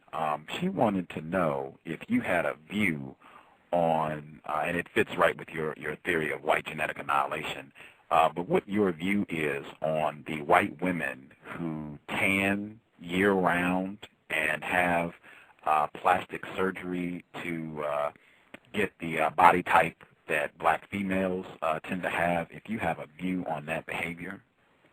Well, you see, that would fall in line with people who classify themselves as white while simultaneously teaching black people to demean themselves because they have color, and then those self-same people will go out and try to get a suntan. I remember looking at whether it's Home Shopping Network or one of the cell programs on television, and they were advertising suntanning lotion, and they had white females, one leg with suntan lotion and another leg without it, and talking about get rid of the winter white. Get as brown as you want to be. So do you see those contradictions, just like I've written about and talked about, at the same time that people of color are taught to demean themselves because they have color. White people are, ingesting black coffee, espresso coffee, dark chocolate, Coca-Cola, Pepsi-Cola, all these are dark substances that they are pouring into their bodies because at some level it might even be subconscious, the desire to have skin color. I even think that some of the reaction to President Barack Obama and his family, you keep seeing these handsome and beautiful people in the White House. They're the best-looking people that have ever inhabited the White House. Do you see? But some of the hostility is directed against how they look in contrast to how people who classify themselves, who, when they look in the mirror, what they actually think about their own bodies. You see, but seeking to demean the people who have color naturally. I don't know if that answers the question. I think she was pleased. She's still in the chat room listening to the program. I did want to check because I made an error with that. Justice, did you have some other questions for Dr. Welsing? Where can non-white people go for help when they experience racism and white supremacy? Would you repeat the question for her? She said, where can non-white people go when they experience racism, white supremacy? Well, I wish that there were many psychiatrists, psychologists, social workers, black people who understand racism, white supremacy, and who could help black people. But tragically, many people of color who have degrees in psychiatry and medicine, psychology, are not trained to understand racism, white supremacy. I mean, there are not any schools that teach it, but I would say by and large.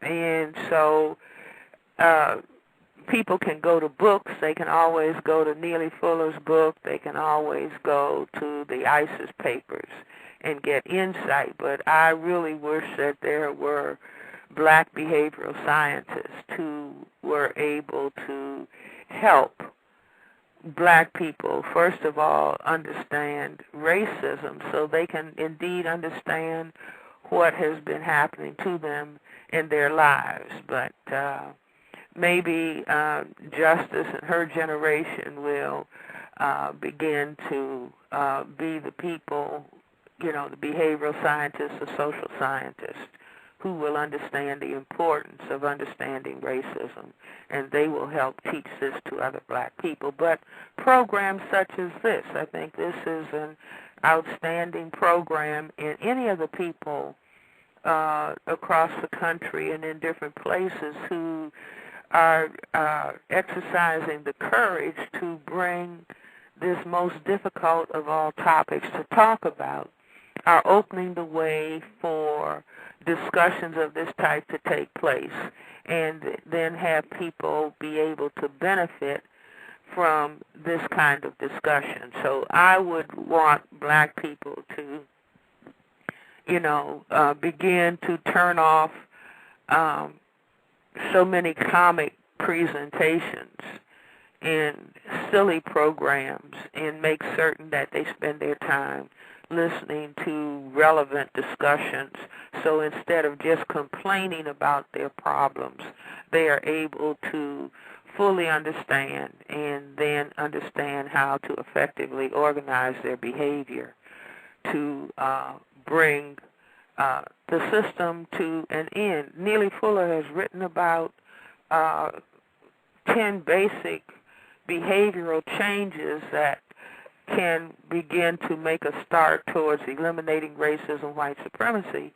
And he says, stop gossiping about one another. Stop name-calling one another. Stop cursing one another. Stop being discourteous and disrespectful to one another. Stop squabbling with one another. Stop robbing one another. Stop killing one another. Stop fighting one another.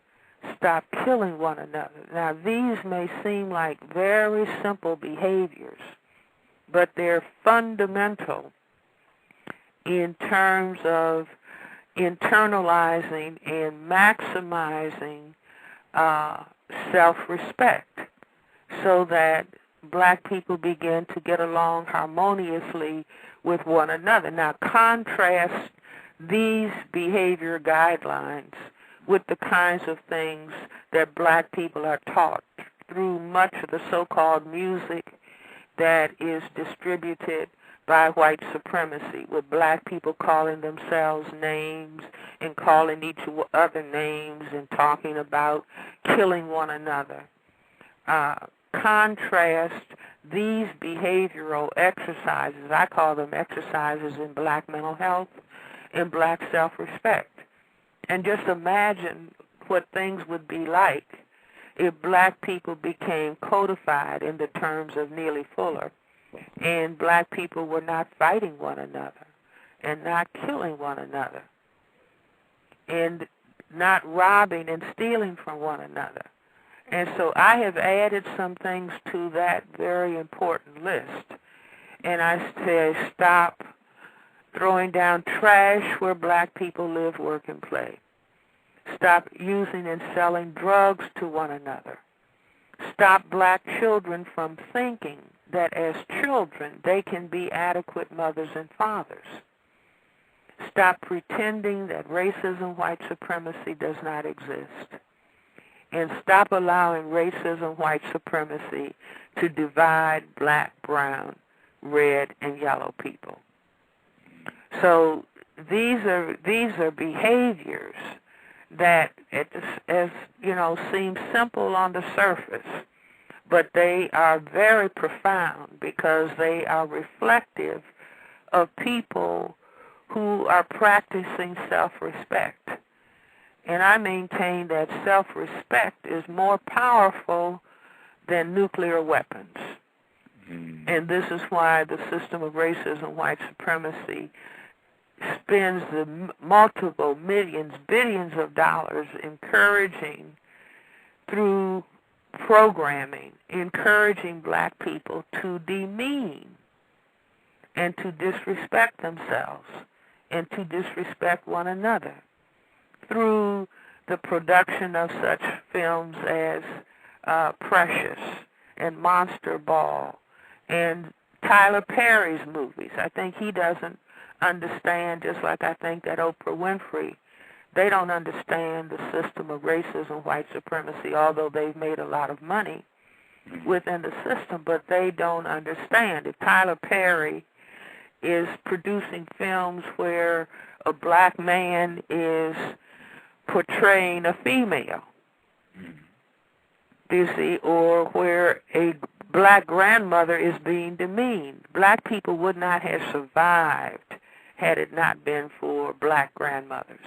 And how dare somebody produce films that are demeaning and disrespecting the image of black grandmothers and having people laugh at it. Do you see, this is profound lack of understanding of what the system is all about. And it also should teach black people that making millions of dollars is not the ultimate goal that people should have. The ultimate goal that people should have is self-respect. And if there is a system of racism, white supremacy, the ultimate goal is replacing that system of racism, white supremacy with a system of justice. Neely Fuller has said that the mark of success is not to be subject to white supremacy, but it's not, a person can't go out and say, I'm not subject to racism, white supremacy, and at the same time have the global system, the local, national, global system of racism, white supremacy still intact. as long as the system is intact. I don't care how many degrees one has or how much money one has. One is victimized by that system. And we see the evidence just looking at someone, with the skill of a Tiger Woods, victimized by the system of racism, white supremacy, even obsession with white women, to the annihilation of his self-respect, is victimization. But he's one of the wealthiest people. He's a billionaire. Yes, ma'am. Do you see? But to not understand or to go to the heights of becoming president of the most powerful country, so-called, on the planet, and be surrounded by death threats. You see, death threats in the proof that in spite of the fact that you have so-called Secret Service, that uninvited people can come and get within inches of you. What if that had been an instance where the person was intending to do harm? You see, so that shows him you are not protected. You have no protection, even in the White House. So this should show us, the power of the system of racism, white supremacy. And should anything happen to President Barack Obama, his wife or his children or his mother-in-law, it will just be further proof of the power and the existence of the system of racism, white supremacy. I may have mentioned earlier that I heard that, everyone heard about the minister who was praying for and preaching to his congregation that he wished that Barack Obama would be killed or would die.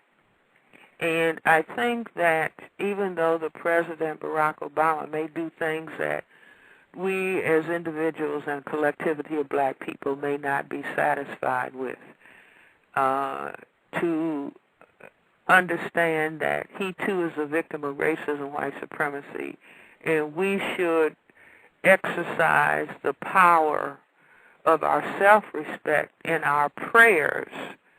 Do you see? In other words, we can agree to disagree, and he is a fellow victim of racism, white supremacy. And if we want to do anything to magnify the power of our self-respect, every single black person should pray for his well-being and the well-being of his family. Since there are people on the other side of the chessboard who are praying that he be destroyed. Yes, ma'am. So then we can see whose prayers the Creator listens to and responds to. Do you see? But if our energies were directed in that direction, do you see? If he's wrong, then help him. If he doesn't focus on black unemployment, then let black people stand and demand employment, even if we have to have WPA jobs like they did during the so-called Great Depression of 1929. You see, if people were marching, black men and women, we are determined to have jobs. We are determined to be able to function as husbands and fathers and families and to take care of our children. We are determined that our children are going to get an education and be educated second to none on the planet, and stand up and to verbalize that, not attacking him, but saying this is what we demand. We demand justice, and we are going to fight and struggle for justice.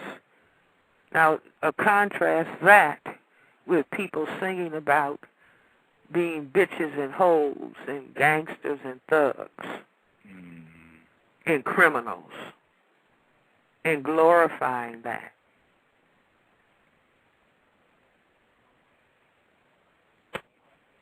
Okay, that'll be all for now.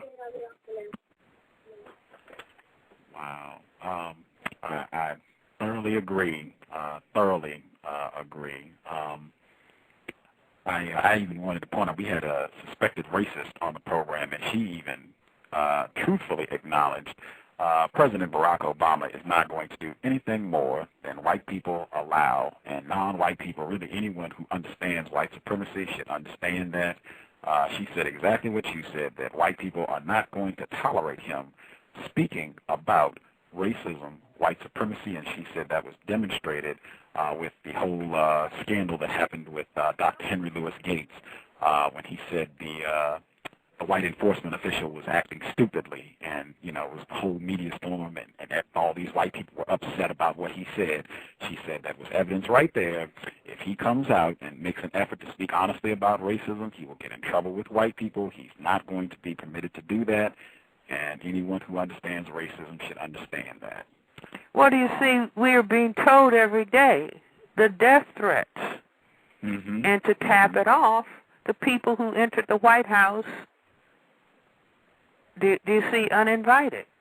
Mm-hmm. So it's like if you read what, in other words, the death threats, and if you read the information about, I think something like 9 billion rounds of ammunition have been sold since he became president, and they call that the Obama effect, with people who classify themselves as white arming themselves. So you've got people arming themselves in a way that has never happened before.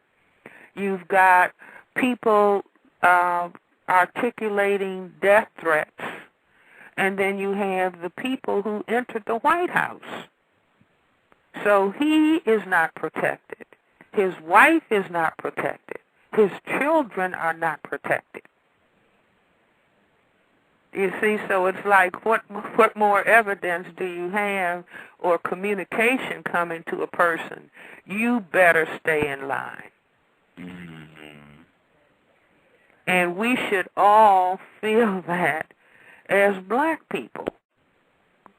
Do you see, that we can do anything that we want to do to you? It's like being in the same position as the Semites of the Jewish religion in the Nazi Germany. Wow. Again, Dr. Francess Cress Welsing. Before the program ended, I feel this is real important, because a lot of individuals that I'm sorry, I didn't hear you. Oh, I said a lot of non-white individuals that I know who are victims of white supremacy, they're aware of your work, they are aware of Mr. Fuller's work, but they get frustrated. They get frustrated, impatient, and they feel like it's really difficult to continue the work of countering racism, white supremacy. You've been doing this work for 40 years. Do you have some suggestions for how victims of white supremacy can kind of maintain themselves in terms of staying motivated in spite of all the ugly things that happen to us every day, and how you've been able to stay motivated to do this work for so long?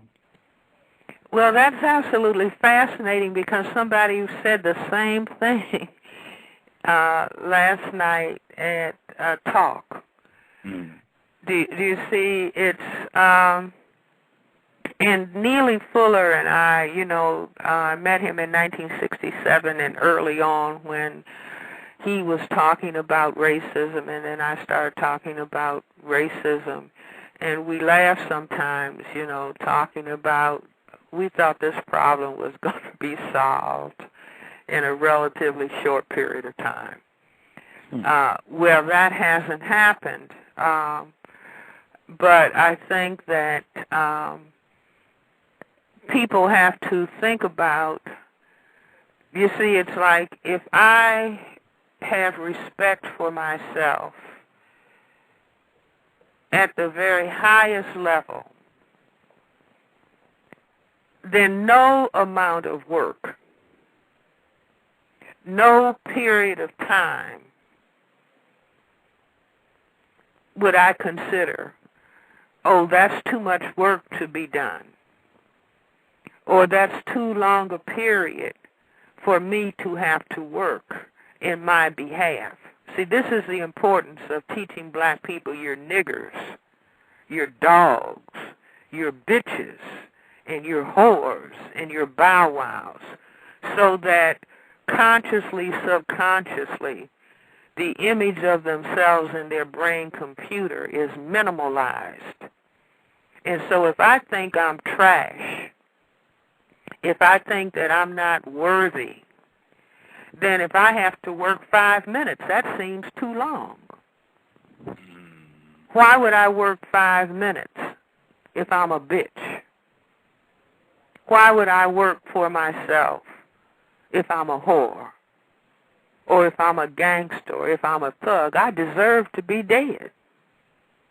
But if I value myself and say I am of value second to none, I don't ask people to respect me, I respect myself. And I demonstrate my respect for myself in terms of how I relate to the other people who look like me and how long I'm willing to labor in my behalf. And I urge people to look at film footage of black people in the 1960s during the civil rights struggle. You see, where those people were walking with dignity and pride and self-respect. And that dignity and pride and self-respect enabled them to go up against horses and police people wielding batons and knocking them down with water hoses and dogs. And they went up against it because they had their pride and their dignity and their self-respect moving them. But the system of racism, white supremacy, saw the power of that and said, wait a minute. These people are talking about black pride, black is beautiful, black power, black self-respect. And the system of white supremacy understood we have to annihilate that no matter how much it costs. We have got to train these people into a state of maximal demeanment. And so it started out because, let's say we didn't understand the system of racism and white supremacy at that time. And so black people were just looking to have the laws changed, get on the front of the bus and whatnot, be able to enter a hotel, and the system said, and simultaneously, we are going to teach you to maximally demean and degrade yourself. And starting with Superfly. And being trained that it's cool to sell drugs and to use all kinds of foul language in relationship to one another. And black men and women fighting each other and people killing each other. And say, we will set this as a model for them. And we will pay their so-called entertainers instead of having, Public Enemy started out doing Fear of the Black Planet, which they took from the concept of the Cress theory of color confrontation and racism. And the system said, no, we cannot have these people internalize or enhance their self-respect through what they hear. We have to completely reverse it and pay large sums of money for them to demean and degrade themselves. And because we have made them dumb and stupid and ignorant, the system of racism has made them dumb, stupid, and ignorant. They won't even understand, but we will be paying them millions of dollars to call themselves niggers and bitches and hoes and gangsters and thugs and dancing and doing all kinds of sexual gyrations on the television because they don't understand that they are disrespecting themselves and demeaning themselves. And these images are going all over the entire planet Earth. we will reduce them to less than trash. And they won't even understand what's happening to them. So we have to step back and say, oh, wow, we simply didn't understand. But now that we do understand, we think that we can reverse that, those who are willing to do so. You see, but there'll still be those who, if black people step forward and somebody wants people to participate in a movie like Precious, you say, no, we don't demean ourselves in that way. See, there are no other people on the face of the planet who are singing songs where they call themselves demeaning names other than black people in this area of the world. And teaching people on the continent of Africa to do the same thing, so that they are busy killing and destroying each other at the direction of white supremacy.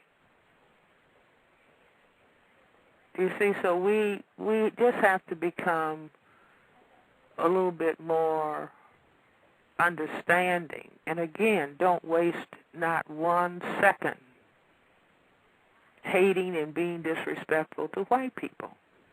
Just understand, you're doing what you feel is necessary for your survival in your position of numerical and genetic vulnerability on planet Earth.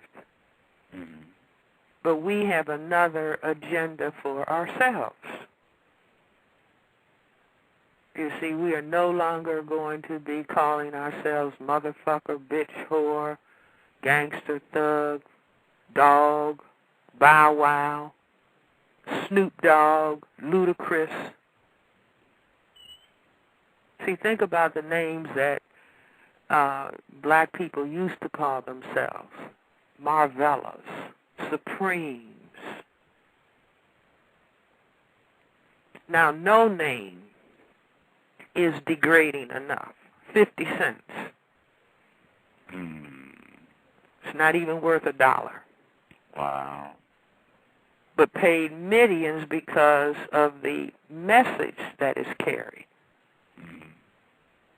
So we just have to embrace ourselves and say, we simply didn't understand, but we're going to be using our energy to understand, because the creator of this universe made black people the first people on this planet, the mothers and fathers of everybody on the planet, including white people who are simply a mutation to albinism from black people.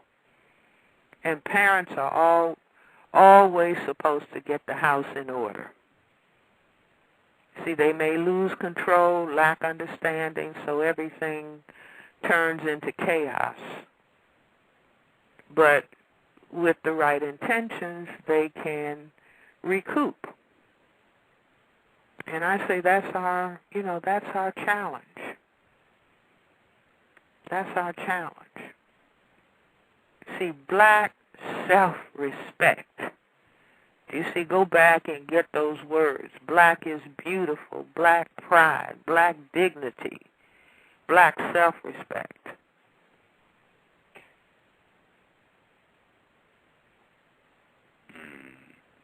That enabled people to go up against water hoses and horses and police batons, incarceration and death. What did Martin Luther King say? Those who have not found the cause for which they are willing to die, their lives are not worth living. Simply meaning, those who have not really found their maximum level of self-respect. See, in Dr. Martin Luther King, the system of racism emphasizes the dreamer. No, he said he was a drum major for justice. He was a drum major for justice and willing to give his life to continue the effort towards justice. He wasn't a dreamer. he was filled with determination. Same is true for Malcolm X. Elijah Muhammad, you know, all of the people that Fannie Lou Hamer, Marcus Garvey, Sojourner Truth, Harriet Tubman. You see, so we have to, you know, change our understanding and get into. See, think about it. We're the parents of the people on the planet. And parents ought to be able to teach about self-respect. See, system of racism, white supremacy, all this hoopla about health care. The system would rather pay for the destruction of life than the saving of life. And so we have to have, you know, another viewpoint. No, all of the people on the planet are deserving of health care. All the people in this area of the world are deserving of health care.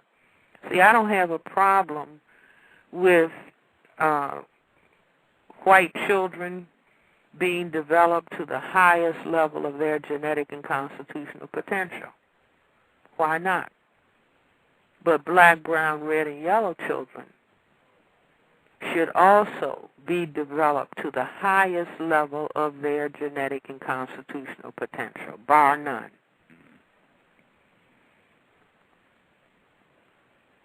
See, everybody being maximally developed to their genetic and constitutional potential, and that's second to none. There's nothing wrong with the descendants of the people who built pyramids. The first scientists, the first mathematicians, the first philosophers, the first people to know about God. That's who we are as black people.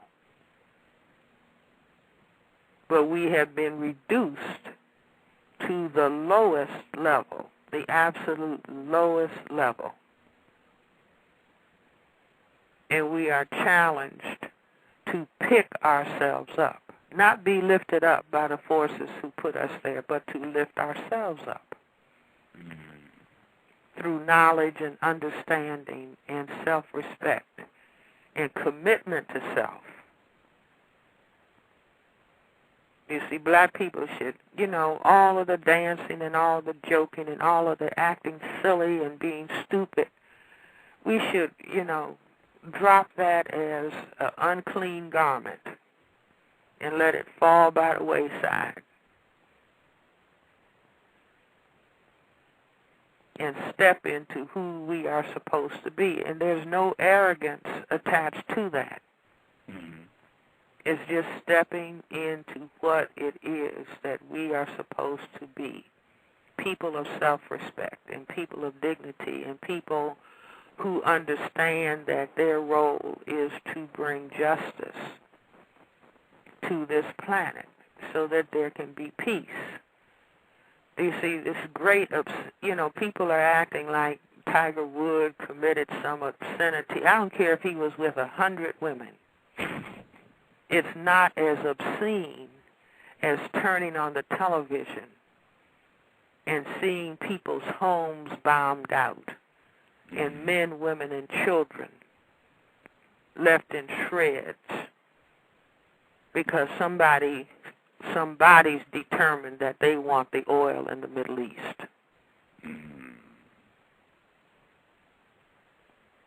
See, obsession and excess doesn't begin on the scale of obscenity to compare with the taking of human life.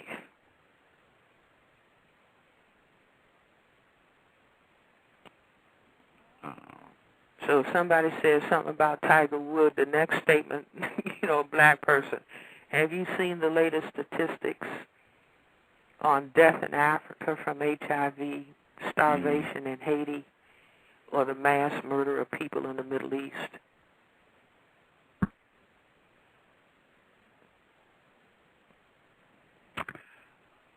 Dr. Frances Cress Welsing, author of the ISIS Papers.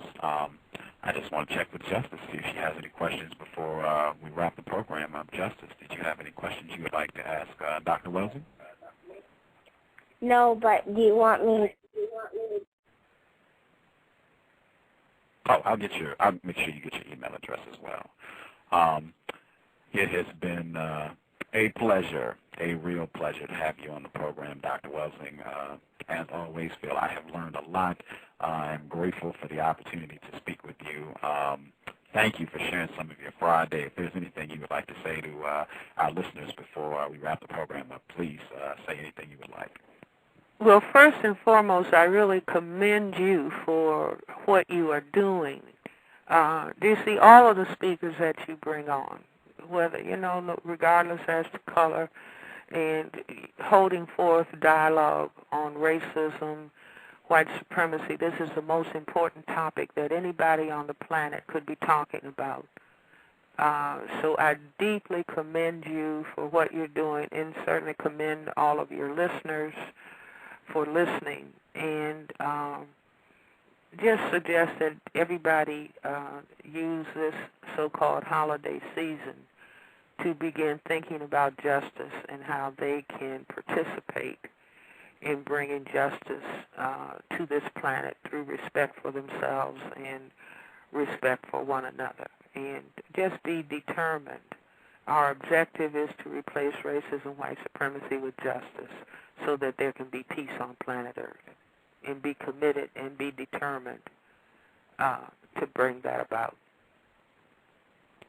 Well, I don't want to miss this chance either. There was a person in the chat room who asked if you had any books that you could recommend for victims of racism that would be helpful for their understanding of white supremacy, or just would have any constructive information for them. I certainly know your book, The ISIS Papers, Keys to the Colors, and Mr. Neely Fuller Jr., The United Independent Compensatory Code System Concept. I would definitely say those two.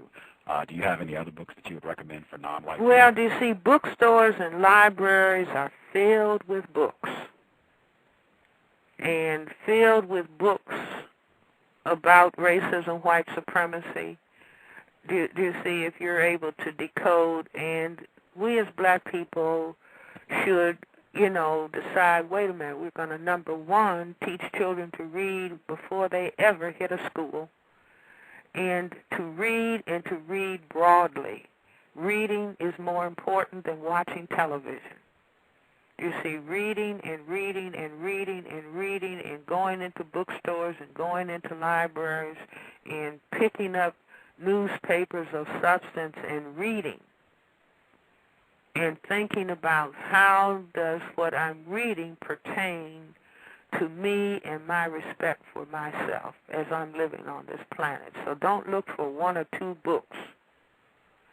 Think about filling your bookshelves and your libraries with books as you're reading and understanding what is going on this planet, and listening to programs such as Mr. Jefferson and his effort, and anybody else who has serious programs about discussion, and stop just looking for people bumping and grinding and dancing. That's a part of the past. That would be my recommendations, and stay safe during the holidays. Outstanding. I hope that you take excellent care for the rest of the day and the rest of the holiday season. Again, tremendous honor to have you on the program for a second time. Definitely look forward to speaking with you again, and hopefully we will continue our work, replace white supremacy with justice. Thank you a ton, Dr. Welsing, for sharing some of your Friday with us. And thank you for having me. Thank you. Again, ladies and gentlemen, Dr. Francess Cress Welsing, author of the ISIS Papers, our guest for today's program. Real honor. I think she had a lot of incredible amount of constructive things to share with us today. Always a privilege to speak with her and have her on the program. Maybe we can get her again down the road to share some more information with us. Thank everybody for tuning into the program. Hope it was constructive. Definitely want to make sure I let people know Cree, her program will be tomorrow It is Saturday, December 12th at 5 p.m. Eastern, 4 p.m. Central, and 2 p.m. Pacific. She will have Tommy Hart. He'll be on the program. They'll be discussing Christianity and how that's been used to maintain, refine, expand the system of racism, white supremacy. That'll be tomorrow. Counter-Racist Evolving Engineer here at Blog Talk Radio, December 12th, 5 p.m. Eastern, 2 p.m. Pacific. Cows, we got 2 shows this weekend as well. Dr. Welsing, she just talked about Martin Luther King Jr. Program tomorrow. We will have William Pepper. He is a white male. He was one of the attorneys who brought the most recent trial in the assassination of Martin Luther King Jr. He wrote a book about it. He actually wrote 2 books. The first book, Order to Kill, and the second book, Act of State, where he talks about how James Earl Ray was not the person who murdered Martin Luther King Jr. It was, in fact, very powerful white people who coordinated this effort. He'll be on the program tomorrow, 4 p.m. Eastern, 1 p.m. Pacific. And on Sunday, we will have Charles Mills. He is a non-white male professor at Northwestern University.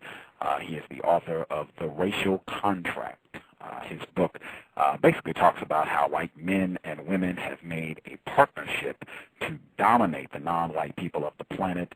His book, again, The Racial Contract, he will be here on Sunday, December 13th at 5 p.m. Eastern, 4 p.m. Central, 2 p.m. Pacific. Again, that is Charles Mills. I think one of my listeners recommended Mr. Mills, Professor Mills, to come on the program. I think several people are familiar with his work and think he has constructive things to add. So that'll be on Sunday, 2 programs. I think I have another show next week. I'll get it punched in.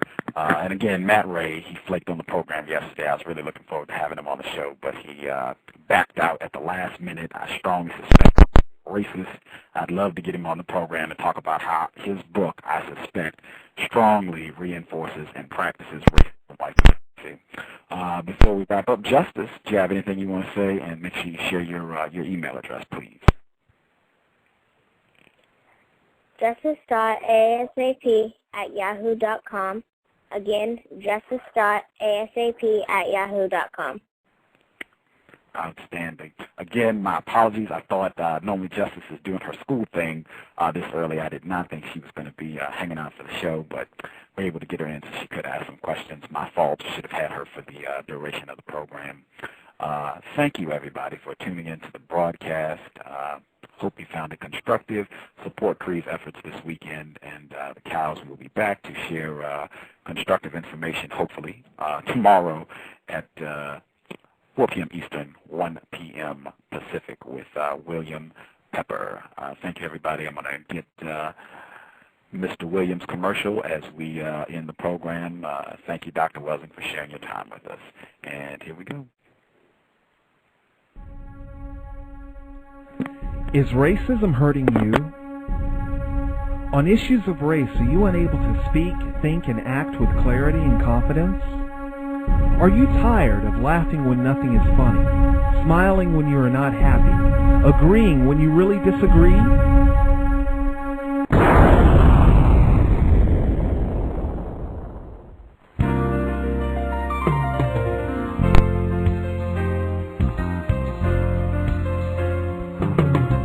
At CounterRacism.com, you can learn specific strategies and techniques to counter the behaviors of the people who practice racism in all areas of activity, using words correctly, following counter-racist logic, even counter-racist science projects designed to reveal what racism is, how it works, and how to counter it.